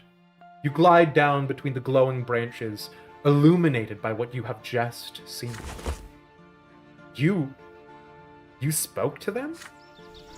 You come back to your senses. You are still standing by the tree, firmly rooted to the ground. The branches release you. You are once again aware of the pilgrim's prayers and the noise of the crowd. The young girl in black is staring at you. She is clearly agitated. My uncle is a priest, and he told me the twins can choose to speak with you through the tree, but I've never seen it happen before. Jean starts asking you questions. She wants you to tell her what you experienced, but you cannot speak. It is so difficult to see the temple's familiar interior again, to see the district around it and the sky above. The memory of the sight from atop the silver tree now gleams in your mind. I just hope you'll share your revelation with me someday. Don't worry, I'll get it. My name's Jean. I'm an acolyte. I work in the temple. I help my uncle clean the grounds and cook food for the poor. I also greet the worshippers. This is another form of, I say upwards mobility, that being not a thing that exists in these societies, right? But entering into the clergy is another form of upwards mobility, right? If you were a woman, normally almost only reserved for nobility, but there were special instances, you could cloister yourself, right? Enter into a nunnery and then be left alone to basically educate yourself, read and write, and engage in a world that was not entirely commoner and not noble. So yeah. Interesting black and white symbology. Yeah, that's fair, Pixie. I didn't even think about that. Yeah, the antithesis of one another. People come here all the time. Many are lost and they don't know where to go once they're inside. But nobody should feel lost in this place. The temple is for all the estates. But then you hear your theology teacher calling you. It's time for your class to return to the school. Before you leave, Jean suddenly takes your hand. You can't help but blush. Please, listen to me. Few people ever see these things. The twins, they were speaking to you, and you heard them. It's a sign. You should become a priest. You'll be guiding those who cannot hear the twins. You'll be helping their souls find the way to the top of the pillar. It's the most honorable calling in the world. You say goodbye to the young acolyte. Yet, as you return to your ordinary life, Jean's words remain in your memory from that day forth. So there is an interesting development here, which is, Elish is not actually a member of the Orthodox Ishgardian Church. In order to be an Inquisitor, you don't actually need to become a member of the faith. A large number of Inquisitors, in fact, aren't that, right? They are investigators, detectives, for lack of a better phrase. Sometimes they are lawyers, right? Or to argue the case in front of the Enchiridion and a rightfully appointed priest. So it is interesting to see, obviously, that that's not necessarily the relationship. We might have actually wanted to go more down the law route to be more accurate to Elish, but we'll see how it goes. Anyways, that being said, we're going to go on a very quick break after becoming friends with Jean.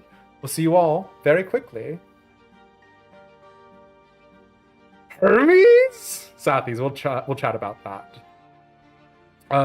Yes, Wirebone. I absolutely do, but we will talk about that as well later. All right. You know the drill, 3 to 5 minutes. We'll be back soon.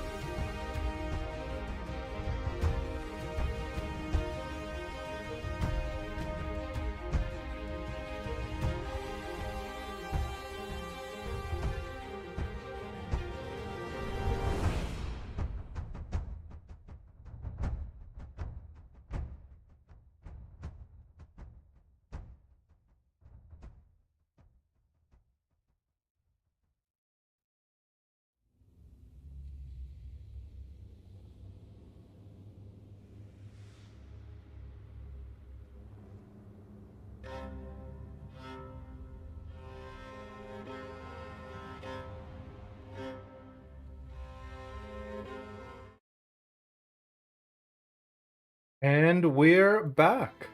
Thank you guys all so much for your patience. I am still curious, Southees, about a lad who wants to be an inquisitor. But with regards to your question, Wirebone, with regards to an Ishgardian baptism, so Ishgard does canonically have holy water, right? And the thing that we know about the holy water is that it is water that has been treated so that it is aspected towards light. And to be more accurate about that, it is water that has somehow been aspected towards astral unaligned, which is interesting because you would think water, by virtue of being water, would be etherically aspected towards water, but whatever. Excuse me. So I definitely believe that they have some sort of approxima of a baptism. The other thing that is important to note, however, is that Ishgardians, for the most part, do have a fairly stochastic ideal of the world and the things around them. So there is a non-zero part of this, which is whatever ceremony we have, it has to have a meaningful and useful utility. So it can't just be ceremonially like dunking somebody in a large body of water or anointing their forehead unless it serves some additional purpose. At least that's my stance on it. So I believe very much in the idea of like maybe some sort of marcation, maybe some sort of procession, things like that. But in terms of the specifics, I don't know that I would necessarily be able to pin something down or say anything like that, because that's firmly in the territory of headcanon. If we were living in the territory of headcanon, though, I think it would be something by fire, right? Something about dragon fire, something to that effect. So yeah, let's rock and roll. We're acquainted with Jean. You say goodbye to the young acolyte, yet as you return to your ordinary life, Jean's words remain in your memory from that day forth.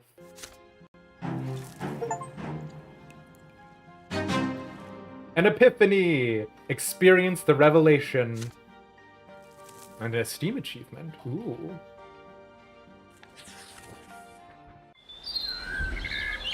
Okay, so we have not been doing good on our destinies. We definitely have not uncovered Gloria's secret. We're working... Listen. I would never try to undermine my own family. The Brante family is all we have. Blood Tide. And Nathan's admonition. We'll see if we get there.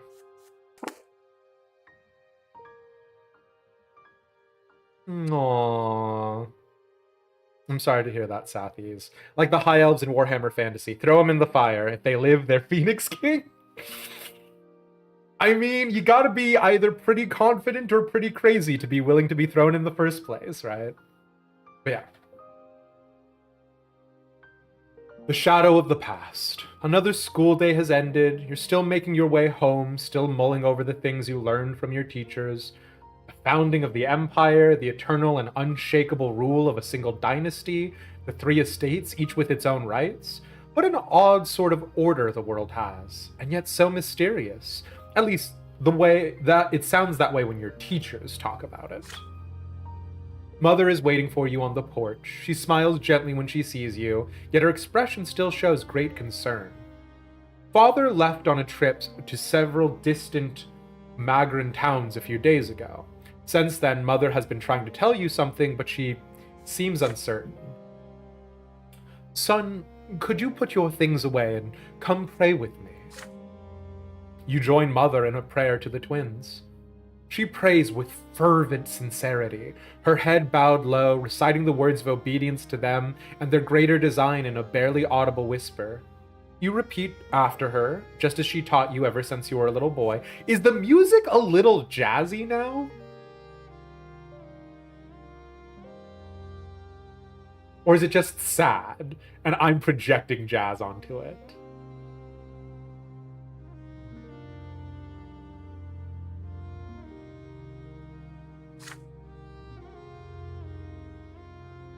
When the prayer ends, Mother sighs and turns to you. Elish, my son, you are 13 now. You'll be grown soon. It's time you learned about certain things that are important to our family. Difficult things. It's about your father and me, about our marriage. Mother, it would be about your father and I. Please do not use incorrect grammar. You gaze curiously into Mother's eyes. I'm sure you've wondered about this before. Your father is a nobleman of the mantle, so how could he marry a commoner with another man's child? But you see, Elish, your father, when his first wife, Amalia Elborn, died, it was a painful blow to him. He lost the will to live, lost all purpose. He felt like his destiny was cut short that day as well. And then he met me. You know the troubles I had in the past. I went to the prefecture as a petitioner to ask them for help, protection, justice. When I was a young girl, I worked at a small shop that sold crockery and dishes. A nobleman took a liking to me. May his name be forever forgotten. The twins know I was humble and honored his lot to rule, but he took me by force. Mother falls silent, summoning the courage to continue. Gloria is that nobleman's daughter. But he was outraged. How could I have the gall to burden him with low-born progeny? He turned me out onto the street with that little baby girl in my arms. Mother's voice is shaking now. You take her hand tenderly. I had no home, no honor, nowhere to go, no one to help me. When I went to the prefecture, I didn't really think the judges there would help me find justice against my former master. But when Sir Robert heard my plea, his eyes met mine, and I believe that, at that very moment, the twins themselves granted him the gift of their love. Your father told me there was nothing he could do to make that detestable nobleman marry me, but he would never abandon me and baby Gloria. If I agreed, he would take me into his own home. Tears are running down Mother's cheeks. And I knew it, my son. I knew how much his honor and reputation would suffer. But caring for me brought him back to life. It's like he experienced another sacrament. He rediscovered his noble purpose, his lot to rule and protect and care for others. But his decision to marry me, he is still paying for it today. Your father had the courage to defy your grandfather, the founder of his bloodline. If only you knew how much he had to endure, my son. If only you knew the despicable rumors we heard about the Brantes all over Anazote. It was only thanks to the efforts of Sir Gregor that the Brante bloodline managed to hang on to what little remained of its reputation. And now the noble families have all but forgotten about that scandal, thank the twins. Mother falls silent. She looks at you intently. Do you understand what she is telling you?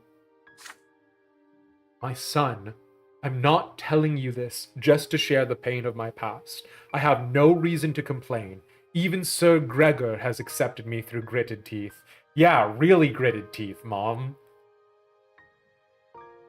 But you need to understand the heavy burden our family must bear, including our scandalous marriage and Gloria's foul origin. And Gloria, she can never be a Brante.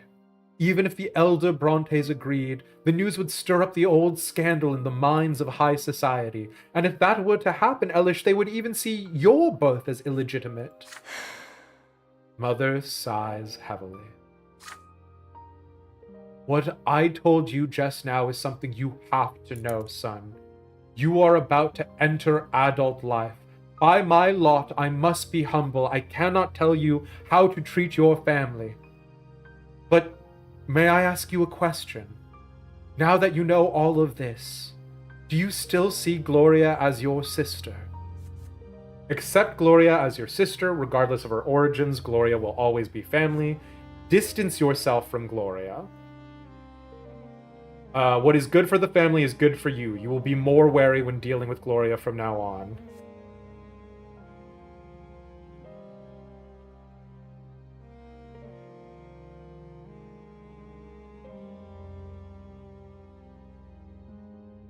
Evade the question. You do not want to disappoint Mother or Gloria, but you are not ready to promise anything just yet.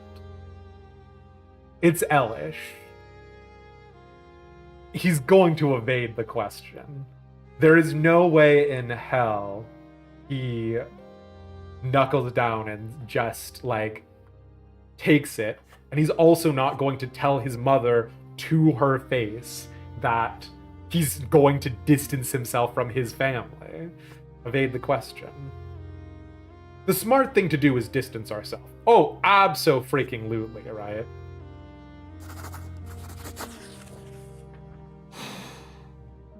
You do not want to disappoint Mother or Gloria, but you also do not want to make any promises you cannot keep.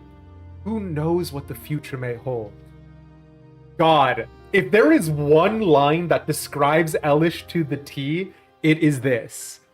It always pays to be careful. Ooh. To be clear, also for any friends who do also engage in role-playing, because I know that there is definitely, like, there is a bad tendency in Final Fantasy XIV RP to conflate the RPer and the character that they're RPing. Good role-players can keep that good boundary up, no problem. I'm fortunate to have plenty of friends in the chat right now who I can say that about. But it is worth noting, obviously, that not only is Elish multifaceted in all of these capacities, but obviously different things come out in different times, right? So we've already had Elish in this instance punch Tomas in the face, get involved in that whole fricassee, right? But even though that happened, Elish still thinks of himself as meticulous. He isn't. He's just wrong on that point. But that's the way he envisions himself. And in much the same way, depending upon different situations, depending on different scenarios, you're going to see different interactions. There was an RP event where basically, and this was a long time ago now, but Elish was approached by someone when he was surrounded by as close to his noble cadre as he can conceptually have, and that person didn't observe a lot of the appropriate noble formalities. Now that, compounded by the fact that it was ostensibly an Ishgardian noble event, meant that he responded a very specific way. Catch Elish literally outside of Ishgard, where there are no possible witnesses who could bring it back to various factors. Elish is not going to care about any of it. But standing on ceremony is important when you are in a place that is ceremonial. And I think that's a big thing too, right? Is like, yeah, of course, literally our biological mother is Lydia, right? Like, obviously, literally the fact of the matter is that our biological mother is Lydia. We have commoner blood mixed in. But that's like the last thing you want to bring up in a conversation. Like, if someone is browbeating you about your nobility and you're like, actually, I'm half commoner. I'm even worse than what you're already accusing me of in your eyes. Like, that's not nothing. So, you know. Gloria would evade, but still regards Gloria's family. Exactly. Susie would promise to always see Gloria's family and then drop them later if she needed to. Go. Yeah, Sathis, I will say that is actually a big problem with me writing Elish, is that a lot of times people get used to me having fast typing speed and fast responses, but most of my fast responses are because I've already thought about that exact situation before. I have a few people who have tried to reach out to me to write with me over Discord DMs, and some of them are waiting literally for multiple months. I have not written an RP response in at least 3, maybe more months. So, oopsie poopsie. Yeah. I mean, again, he is a pathetic man, Elish. But there you go. And so you hide your true feelings and offer mother a guarded response. You are not grown up enough to have a say in matters such as these. You will not be in charge of the family's affairs anytime soon. Of course, Gloria means a lot to you, and she always will, regardless of her status in the Brante home. Mother nods sadly. I understand, Elish. You want what's best for your sister. You don't want to betray your sister, but you also don't want to give her too much hope. You're still young. You don't have to make a choice just yet, but you will have to decide one day, I'm afraid. The world won't let you stand aside forever. Just then, you hear Gloria's careful knock at the door of Mother's chambers. Mother, Elish, I couldn't find you. You greet your sister as if the past few minutes never happened. You suggest reading some ancient poetry down in the library together. Gloria agrees, suspecting nothing about what Mother told you just now. Mother remains alone by her bedside, thanking the twins for the gift of humility with a quiet prayer. Okay, a little bit more willpower. The most willpower we've had entire playthrough. You adore how much thought I put into these choices and the implications to the character. You genuinely don't think this would be as fun to experience otherwise? I appreciate that, People's DM. Hell yeah. Alleged role player on Discord. Listen. You are 13 now. Another theology lesson. Today's sermon is about the priests and why the clergy is the only one of the three estates with the right to interpret the lots and guide the other two states accordingly. It's very... This is real-world politics, so if that's not your speed, dial out for a second. But it's very much like the United States Supreme Court. One of the things that the United States Supreme Court has given itself, basically, is the power of judicial review. It does that, right? Like, people talk constantly about how the United States Supreme Court will declare something unconstitutional. But that's not a power the Supreme Court has through the Constitution. Like, the Supreme Court being like, this is unconstitutional, is literally something the Supreme Court made up in the early 1800s. Before that, it was literally just the same as literally any other court that exists in the land. Now, common law, over 2 centuries of tradition, etc., means that the power of judicial review is firmly entrenched both in the systems of government that exist today, as well as in the minds of most scholars and people who do it. But the clergy being like, yes, we are the only ones who are allowed to interpret the writings of the twin gods, is very classic, right? Like, grab power wherever you can kind of situation. Funny how Elish was like, I'm destined to kill Nidhogg's, remained in his safe lane, didn't become a Dragoon, which might give him a fast pass to that. We've talked about this before, Sathis. Elish flunked out of becoming a Dragoon. He simply could not make the cut. He joined the Temple Knights for a few years, but then gracefully did a sideways, a lateral movement into the Supreme Sacred Tribunal of Hellenic Inquisitory Doctrine. But yeah. I appreciate that, Pixie. You are 13 now. Another theology lesson. Today's sermon is about the priests and why the clergy is the only one of the 3 estates with the right to interpret the lots and guide the other 2 estates accordingly. Tomas sits next to you, huffing and puffing as he fervently writes down the teacher's every word. Oh shit, is Tomas gonna become a priest? Yo! But you've heard all this from Mother many times before, so you take this moment to daydream a little. Father promised to take you to the capital once your studies are complete. Is Tomas gonna become a priest and be like, you're going to hell, noble? God. But the teacher suddenly casts a stern look around the lecture hall and raises his voice at one of your classmates. A boy by the name of Brian jumps out of his seat. The teacher asks him to repeat what he had just said. Brian freezes and seems to shrink. He tries to muster a reply, but nothing comes out. The class becomes agitated. Someone is about to get punished. The teacher now looms over Brian. The boy's cheeks are flushed, and his eyes are covered in tears. You all watch the teacher's iron-bound book as he raises it sharply, about to strike. Brian shrieks and raises a hand in front of him.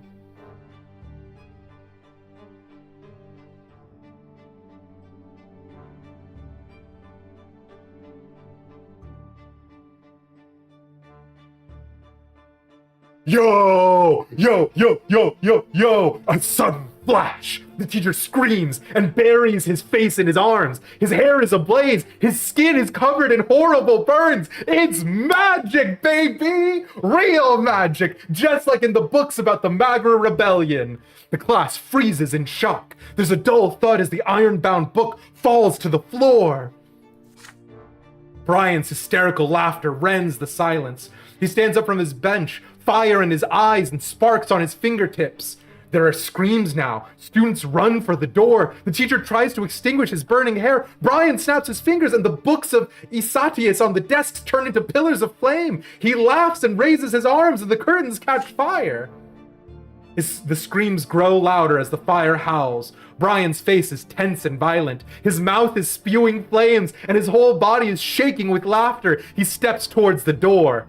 You and Tomas glance at each other. He's going to burn the whole school down. Your friend's determination makes you brave. You run behind Brian and knock him off his feet. You both tumble to the floor. Even through his clothes, his body sears your flesh. Brian screams, convulses, and grabs Tomas by the shoulders with his burning hands. Tomas howls but stays put, then knocks Brian senseless with several fierce blows to the head. Okay.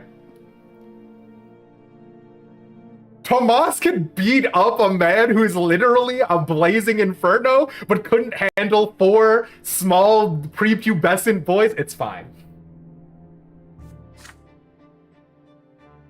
Hey now, that was 3 years ago. It's fair. It's good to see you, Kitty Beans. Wait, sorry. No, you get what I mean. I did really quickly want to go into this. So Mesvia says, okay, Brian, calm down. Brian, this is why people can't have magic anymore. He's mad with power. So, this is actually some of my favorite shit in settings, and we've talked about this before. Dishonored is one of my favorite examples of this with the warfare overseers of the Abbey of the Everyman. Excuse me. There are other examples of this, like I've talked about before. Witcher, Warhammer is a great example.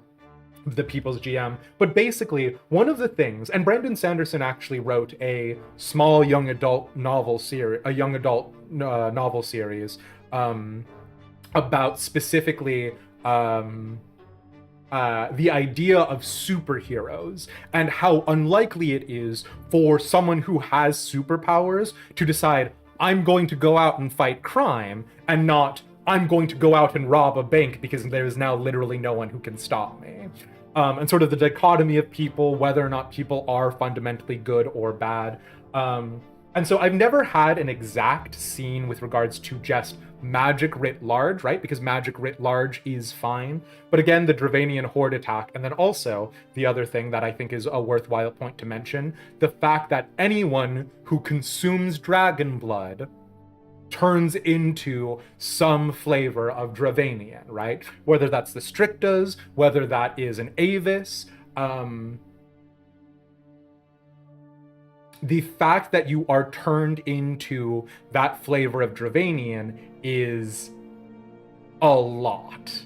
And I think it's that, like, unwilling transmutation that is a very big deal. But yeah. It's not going to end well for Brian, it's true. Tomas decided to work out, yeah. Excuse me.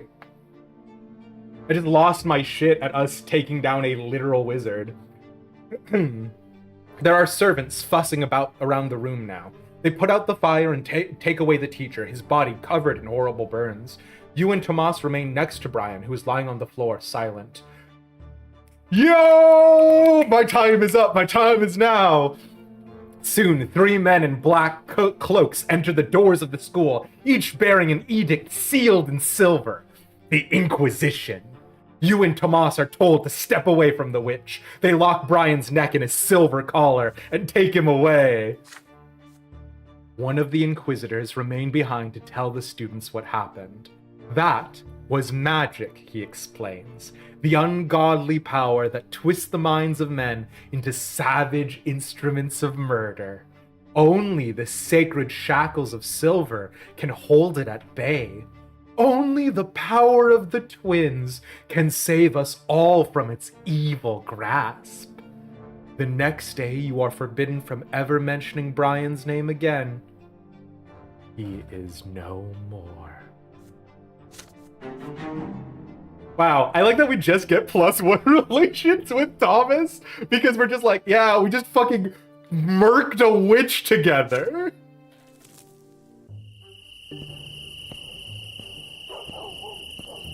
Yeah, we do bond with violence, it's true. The nobleman's lot. A great day looms ahead. 100 years ago, Uther Tempest was anointed to rule over the empire. Blessed by the twins themselves, the emperor's reign continues into its second century. Is Uther Tempest 200 years old? Celebrations in honor of the Tempest dynasty are held throughout the city, and the school is closed for 2 weeks because of that. On one of these evenings, Father tells everyone that Grandfather is going to bring Stefan back home for the holiday. They say families should celebrate the Day of Anointment together. You could benefit from your brother's company. With his noble education, Stefan might be able to teach you how noblemen are supposed to act. Yay! 2 of our favorite people, Grandfather and Stefan. Soon, Stefan arrives. He now handles himself differently.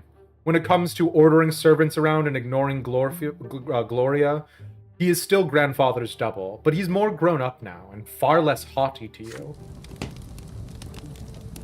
Okay, that's a weird start for you, Stefan. It is a dark winter evening. A damp, cold wind sweeps through the city from the barren lands of Magra. You and Stefan are sitting in the library. He is telling you all about Eterna, the capital of the Empire. It is full of so many wonders. The Imperial Palace, the enormous Temple of the Twins, the Military Academy, the Imperial College. You have read so much about these places, yet he has seen them firsthand. Nathan enters the library. He looks concerned. I can't find Gloria. I looked everywhere. She's not in the attic, not in the sitting room, not in the kitchen. I heard she wanted to sneak off to the ruins of Char Milonidis' palace. She could be lost in there. You and Stefan exchange looks. Char Milonidis, the rebellious duke, the ruins of his palace are a dangerous place. Some children claim his tainted magic still lingers there, which means you absolutely have to make your way there and back again to prove you are not afraid of the long-dead witch. Your brother tells you to wait. He leaves and soon returns with his sword in its sheath. God, what shitty voice did I give Stefan before? Get ready, Elish. We're going to rescue Gloria. She must have gone to the ruins in search of inspiration for another one of her little rhymes. Grampy and his clone will soon love us. Oh, God. The 2 of you instruct Nathan to tell your parents you've gone for a walk in the square. You and your elder brother head outside.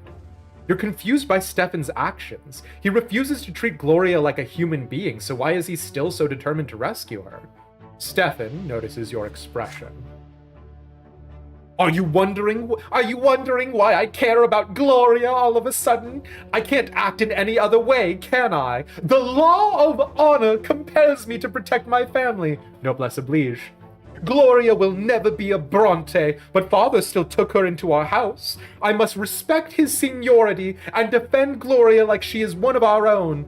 You are a Brante too, noble or not, which means it is your duty to aid me.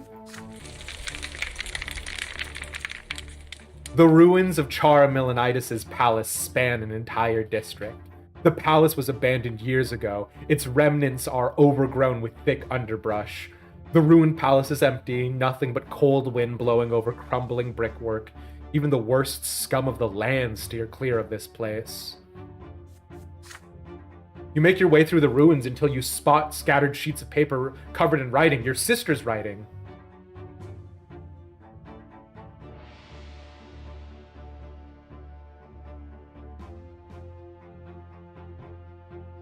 You hear loud laughter coming from behind a dilapidated stone wall nearby. You pull yourself up to peer over it. I have before mentioned everybody taking care of themselves, making sure that you guys are prepared for sensitive subject material. This is some sensitive subject material. So, again, I cannot recommend enough doesthedogdie.com for those sort of flags and content warnings. But take care of yourselves. Make sure you're in a good place, and if you're not, there is no problem clicking away, clicking back, or not clicking here at all, right? While we're doing Brante. It's very grimdark. It's very, very grimdark. So.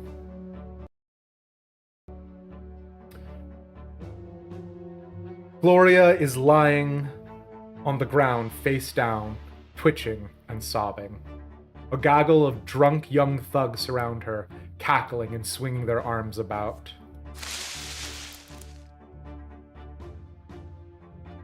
You hear their shouts.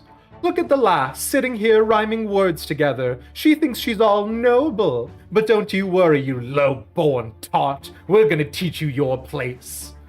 One of the louts spits at Gloria as she lies there. Get away from her this instant, you bastards, or I'll spill your guts. They respond with mocking laughter. Stefan draws his sword. The street thugs recoil in fear, but they soon notice he is only one armed man against many. They start reaching out for sticks and stones. Stay by my side! Don't let them flank me! Stefan's hand shakes, but he looks ready for battle. He is outnumbered. For a moment you hesitate. Perhaps it might be better to run for the nearby district and call the guards. The young thugs are already armed with makeshift weapons. They start approaching you and Stefan cautiously. Sir Brante is not on Does the Dog Die? No! Is that true, Sathis? Okay, well... Unfortunately, did you look up The Life and Suffering, or is the search comprehensive enough that it would do that? Yeah. Okay, you grab the heaviest rock you can find and get ready for your fight. Follow your brother's orders. Call the guards. Okay, charge the attackers is get a big rock. I have already made fun of... Oh. Uh-oh.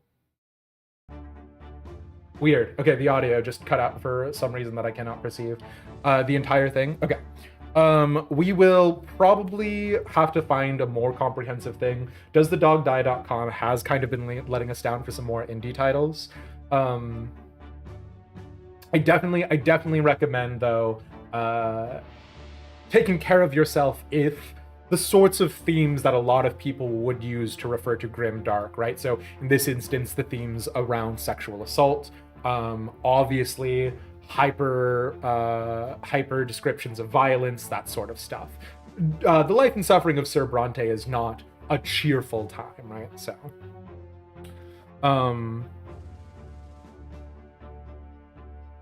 defending the dude with the actual weapon in training, though, yeah. Follow our brother's orders, right? He's actually done like something regarding fighting. And remember, in chapter 1, we did not get a fencing lesson from our father, so we don't actually know how to fight. We've been reading a lot of books.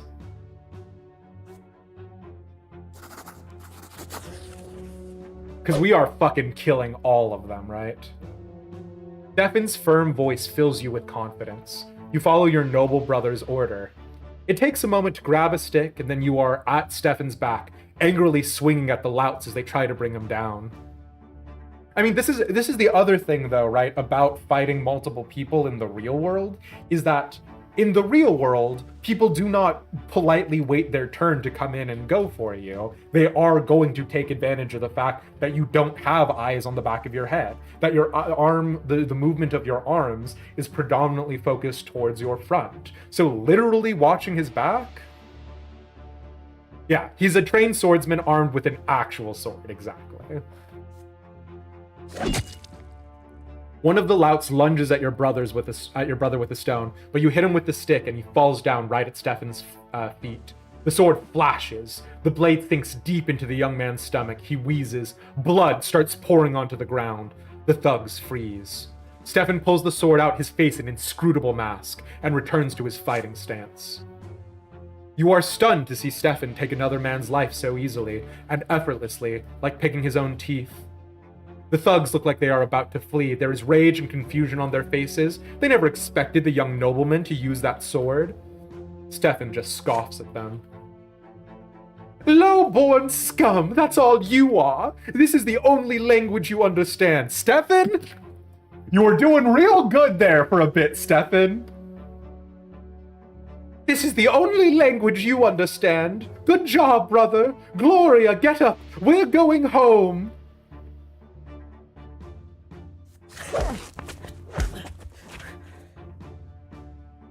He turns to glance at your sister, giving the enraged thugs just enough time to rush you. You get separated from Stefan. Your back is against the wall now. They hit you hard. In the stomach, then the face, then the side of the head. Then your mind slips away. Yeah.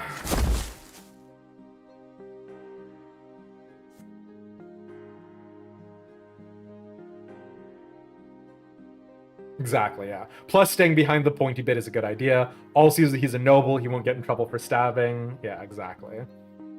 When the darkness disperses, you find yourself lying in your bed. Stefan is in the armchair next to you, reading a book.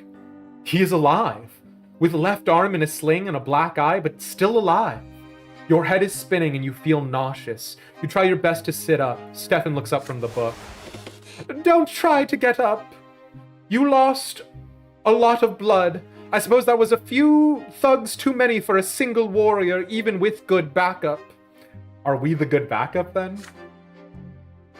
I'm impressed. We fought like an army. The noble orders, the commoner obeys, all according to our lots. Stefan, you piece of shit. We defended the family's honor together. You know, brother, the nobleman's lot is also a great burden that few are able to bear. It takes courage, not to fight everything you see, but to do your duty. Each and every decision a nobleman makes becomes a part of his family's legacy, flowing in the blood tide forever. Where's Gloria, Stefan? Stefan, where's Gloria? I think about it often. A noble mustn't act weak. A noble mustn't suffer like people of the low-born lot. A noble must rule over them wisely. A noble must ensure that we have work to do. It's not merely your own lot you have to look after. You have to ensure that 1,000 others can live by their lot as well. And there are so many other matters to take care of. Honor, dignity, tradition. It's tough. But it's what it takes to be a nobleman. Do you understand what I'm talking about here? There is approval in your brother's eyes for the first time in a long while. Just like a real fight. He took his eyes off him for a second. Stefan, I'm not gonna lie, I love you. You're an absolute little shit. Shut up and tell me where Gloria is. Yeah. I am very stressed by the lack of Gloria in this exact moment. It was a pleasure to fight side by side, brother. We've gone up in nobility. We've gone down in willpower. Stefan, where's Gloria?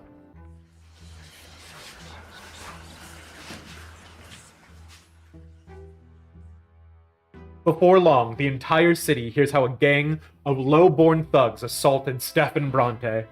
Grandfather ensures that the brash young men are found. Some of them are taken into custody as soon as lesser death releases them. Grandfather seeks vengeance on those who hurt his favorite grandson.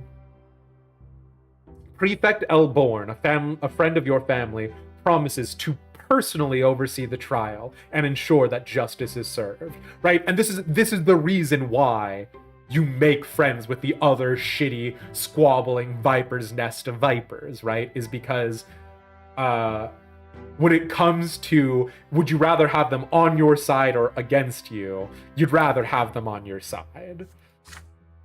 Stefan and Grandfather decide to stay in Anazote until the trial ends. Grandfather demands true death for every single assailant. You ask Father to explain something. How can a legal court sentence criminals to true death? How can worldly judgment overrule the twins' law? Your words are true, my son. Their law is second to none.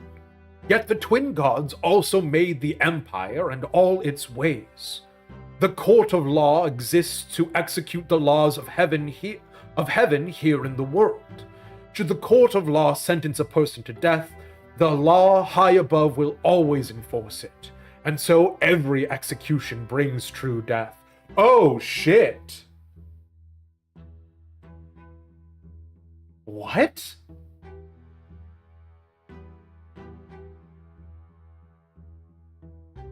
So if you're executed by the state, it doesn't matter how many deaths you have left, you're just out?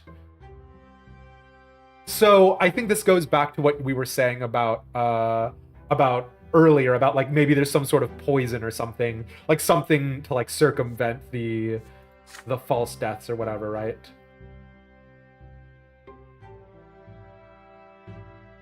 The commoners who assaulted Stefan, a born nobleman, have committed a grave offense. There is no doubt about that. Yet, according to the Emperor's decree, even commoners have the right to defend themselves when they are about to face true death. This means that all of us will have to appear at the trial and testify before the court. Evening comes. Gloria visits your room. She looks crestfallen, and her fingers keep reaching for her long hair. You put away your school books and ask what is bothering her. The trial is tomorrow? I thought I was going to appear there too as an eyewitness. After all, this whole mess started because of me, but Sir Robert isn't even going to mention I was there. Can you imagine? He says it would ruin the case. Why am I always in the way? Nobody ever mentions me. Nobody has to listen to me. It's like I don't even exist.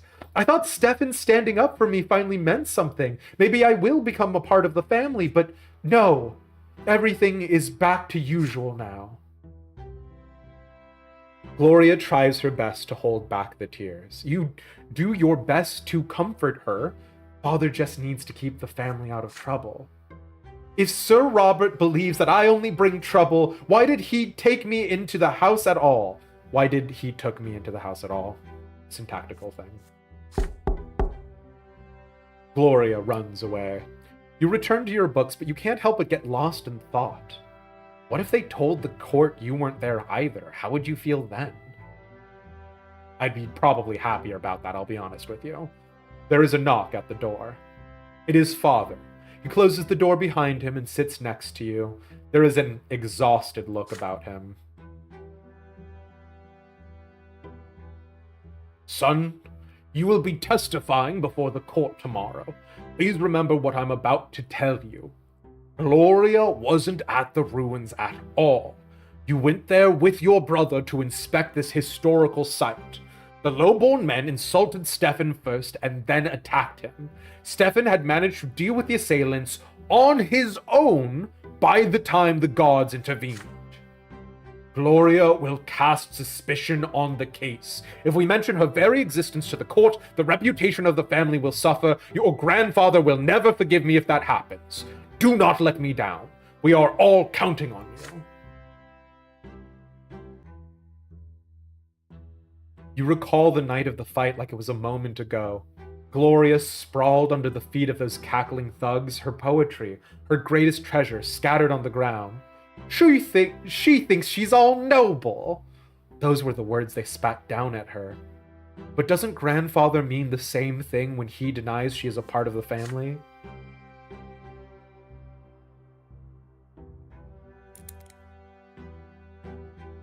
But if you do what father tells you, the trial will end quickly. Those commoners will face true death for assaulting a noble. If you mention Gloria, things will get complicated, and you cannot predict how the trial will end. What is more important to you? What is right, or what is just? Supporting our father, you will do as father told you and avoid mentioning Gloria to the court. Lie to father. You agree with father now, but you will tell the truth later. No matter what, we are not lying to father.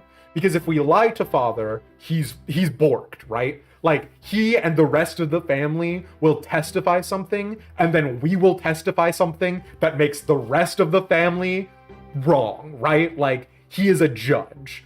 I would absolutely not lie to father. Convince father to change his mind is weird. Because if we do that, obviously that makes grandfather pissed at us. Obviously that drags our family through the mud.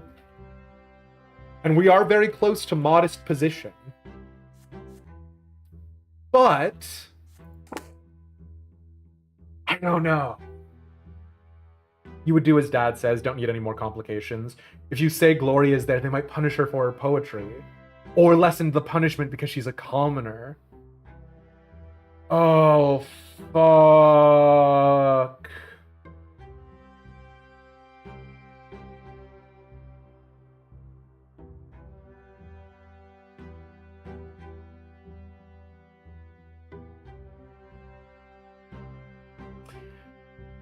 Here's the problem.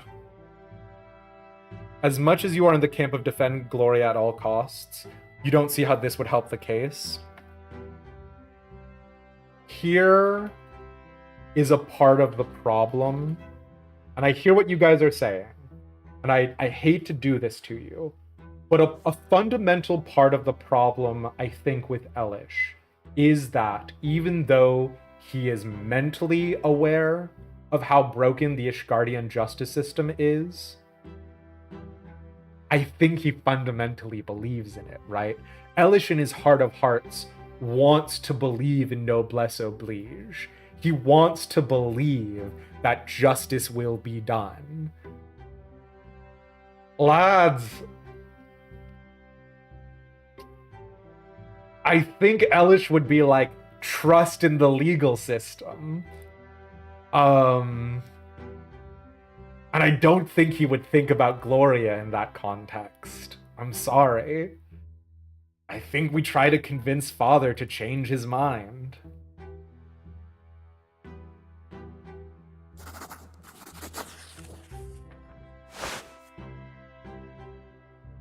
You look father straight in the eye and you tell him what you think. You are not going to bear false witness in court. He's a judge himself. How can he make you lie to Sir Elborn? And what of Gloria? Is she not a Brante too? Does she not deserve justice? Or maybe grandfather is right, and she is just a freeloader who deserves nothing but shame. If so, then how come father agreed to take her into his home and under his protection? Sorry, lads. Saying this to father is tough. Deep inside, you pray he hears no weakness in your voice and sees no blood rushing to your cheeks. But it seems he is listening to you intently. The wrinkles on his forehead grow deeper as his fingers stammer out a staccato against the armrest.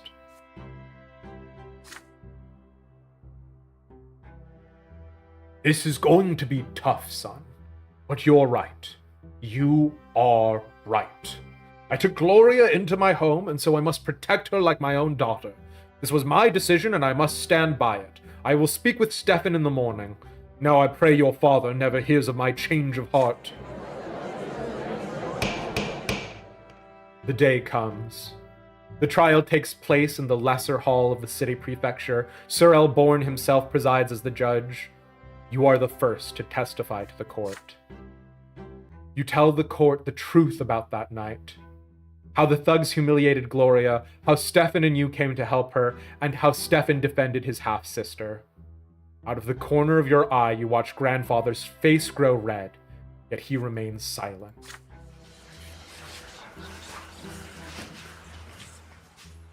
There are confused whispers in the hall.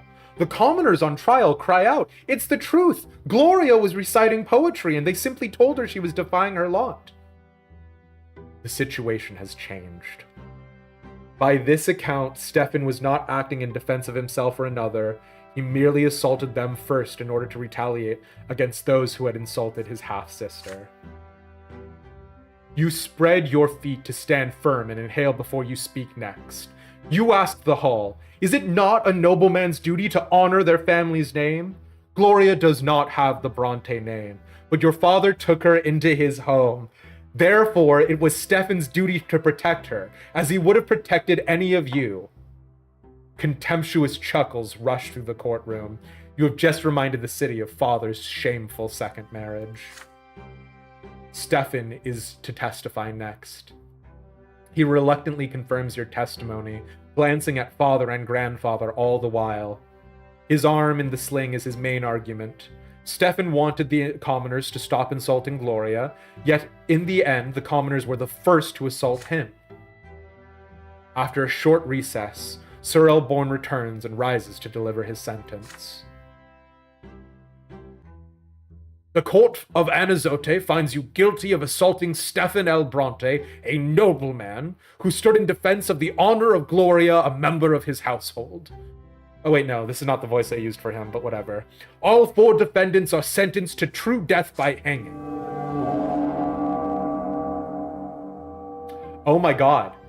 So you guys were saying earlier you thought it was they beat them to death over and over again. That's not the case.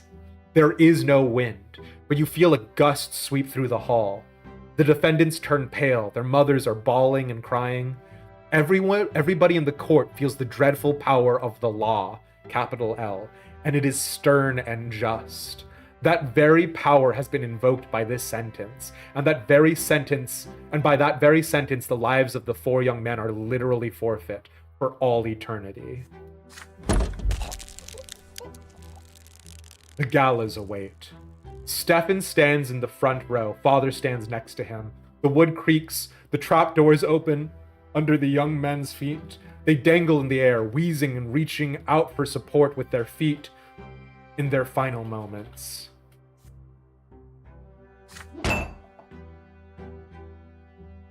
Grandfather's silence ends at home. He screams at you and father, at Gloria and Stefan. This trial is a disgrace. His screams are punctuated by the thudding of his walking stick against the floor. Father says they had to defend their family. It would have been truly a disgrace if they had shirked their responsibilities. Stefan excuses himself to bandage his arm in order to stay out of the argument. Gloria is quiet, but glowing. You stay quiet too. It is all over now. So they use heretical magic to make it a true death, you say? I mean, I think that's a part of the idea of the twin gods, is that one is law and one is love, right? So maybe they are invoking the divine power of law, so. It is all over now. Nobody bullies Gloria on the streets anymore. Those 4 commoners are dead forever. Their families were taught a cruel lesson. So will it be with anyone who dares raise his hand against a nobleman. So Gregor Brante is -1. Get over it. Our reputation is bad again. But family is at peace. We got +1 to nobility, so we're now noble. We got +1 to spirituality, so we are a searcher. And we have -5 willpower. We're exhausted again. Gonna be real? Very accurate for Elish. Forbidden love.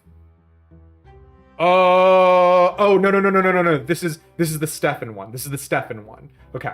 This event is the consequence of your previous actions, conditions met, nobility greater than or equal to 4.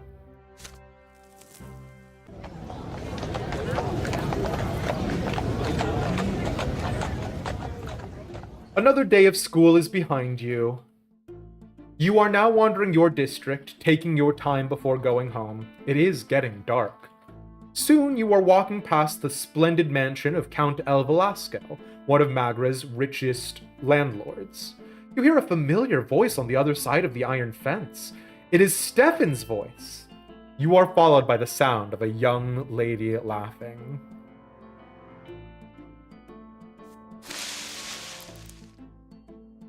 You peek through the fence and onto the mansion's garden, and indeed, there you see your elder brother dressed like he is going to meet the Emperor himself.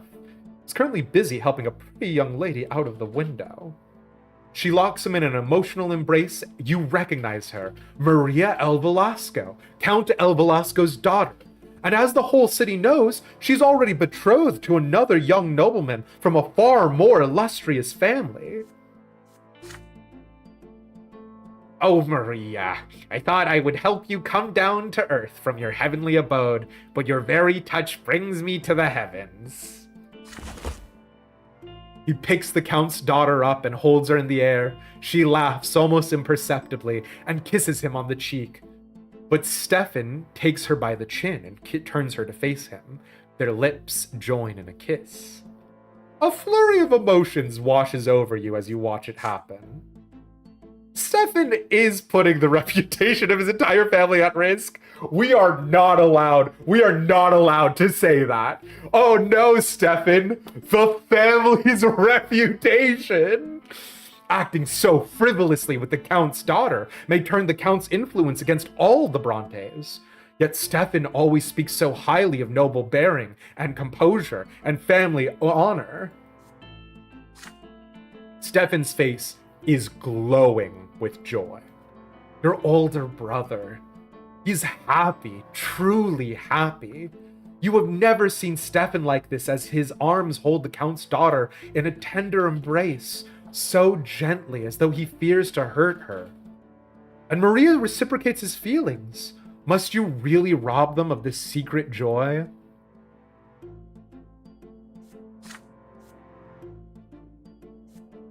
If you ever speak to him of this, no one else must hear it.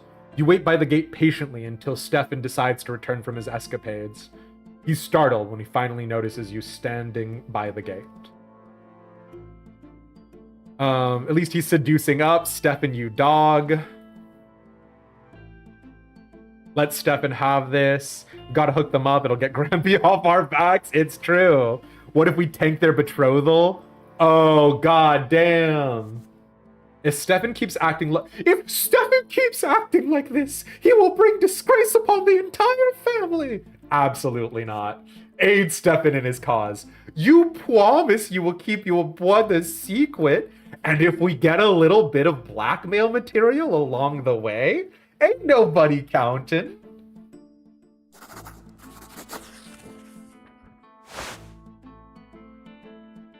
What are you doing here at this late hour, Elish? Is there something you wish to tell me? You confess to Stefan that you saw him today in the El Velasco garden with the Count's daughter. This affair puts both families' honor at risk, yet you say you are happy for him. You can see how much he cares for her. No matter what, it is worth the risk. Stefan can trust you with this secret, you assure him. The two of you will keep it together. Stefan reacts to you with anger at first, but your supportive words calm him down. You've got all the makings of a professional spy, but you're right. The risk is too great. Your aid will not go amiss. You are no nobleman yet, but I hope your word is worth my trust. I am absolutely throwing Stefan under the first medium-sized sedan I can find. From that day on, you help Stefan and Maria avoid attention on many occasions. You even have to distract the El Velasco's manservants and lead them away on a wild goose chase through the district. In the end, you are never caught, and you earn your brother yet another night with his beloved. They are both aware that the days of their hidden love are numbered. But how will your escapades affect the family's reputation? You and your brother agree. Whatever happens, happens. Young love is worth this risk. We are so stupid.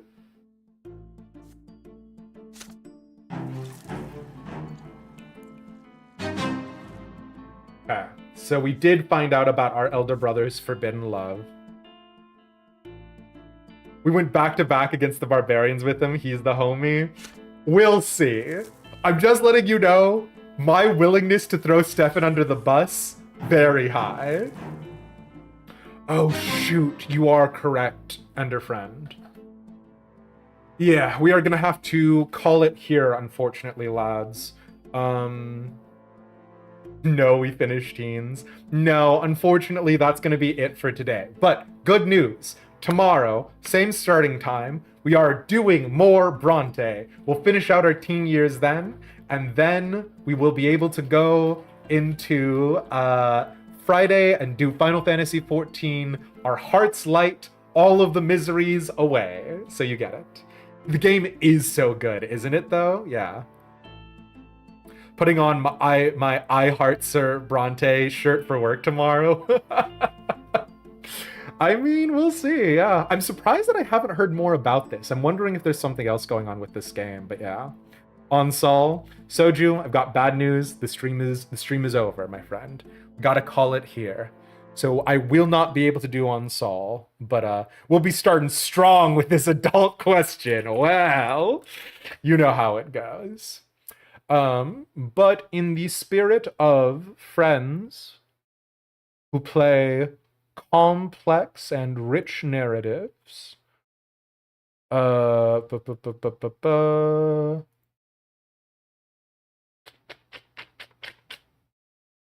know who we haven't popped over to see in a billion years? Yopo is a little bit hipper, a little bit more wise to the affairs of media. But I definitely recommend you guys checking them out. They are currently streaming Elden Ring. So, you know, if you want something that has a little bit of that grim, dark energy and some of those vibes, check them out. They are definitely a flavor that only a tuned palate could enjoy. But I'll be real with you, I fucking love Yopo. So I'll catch you guys. See ya!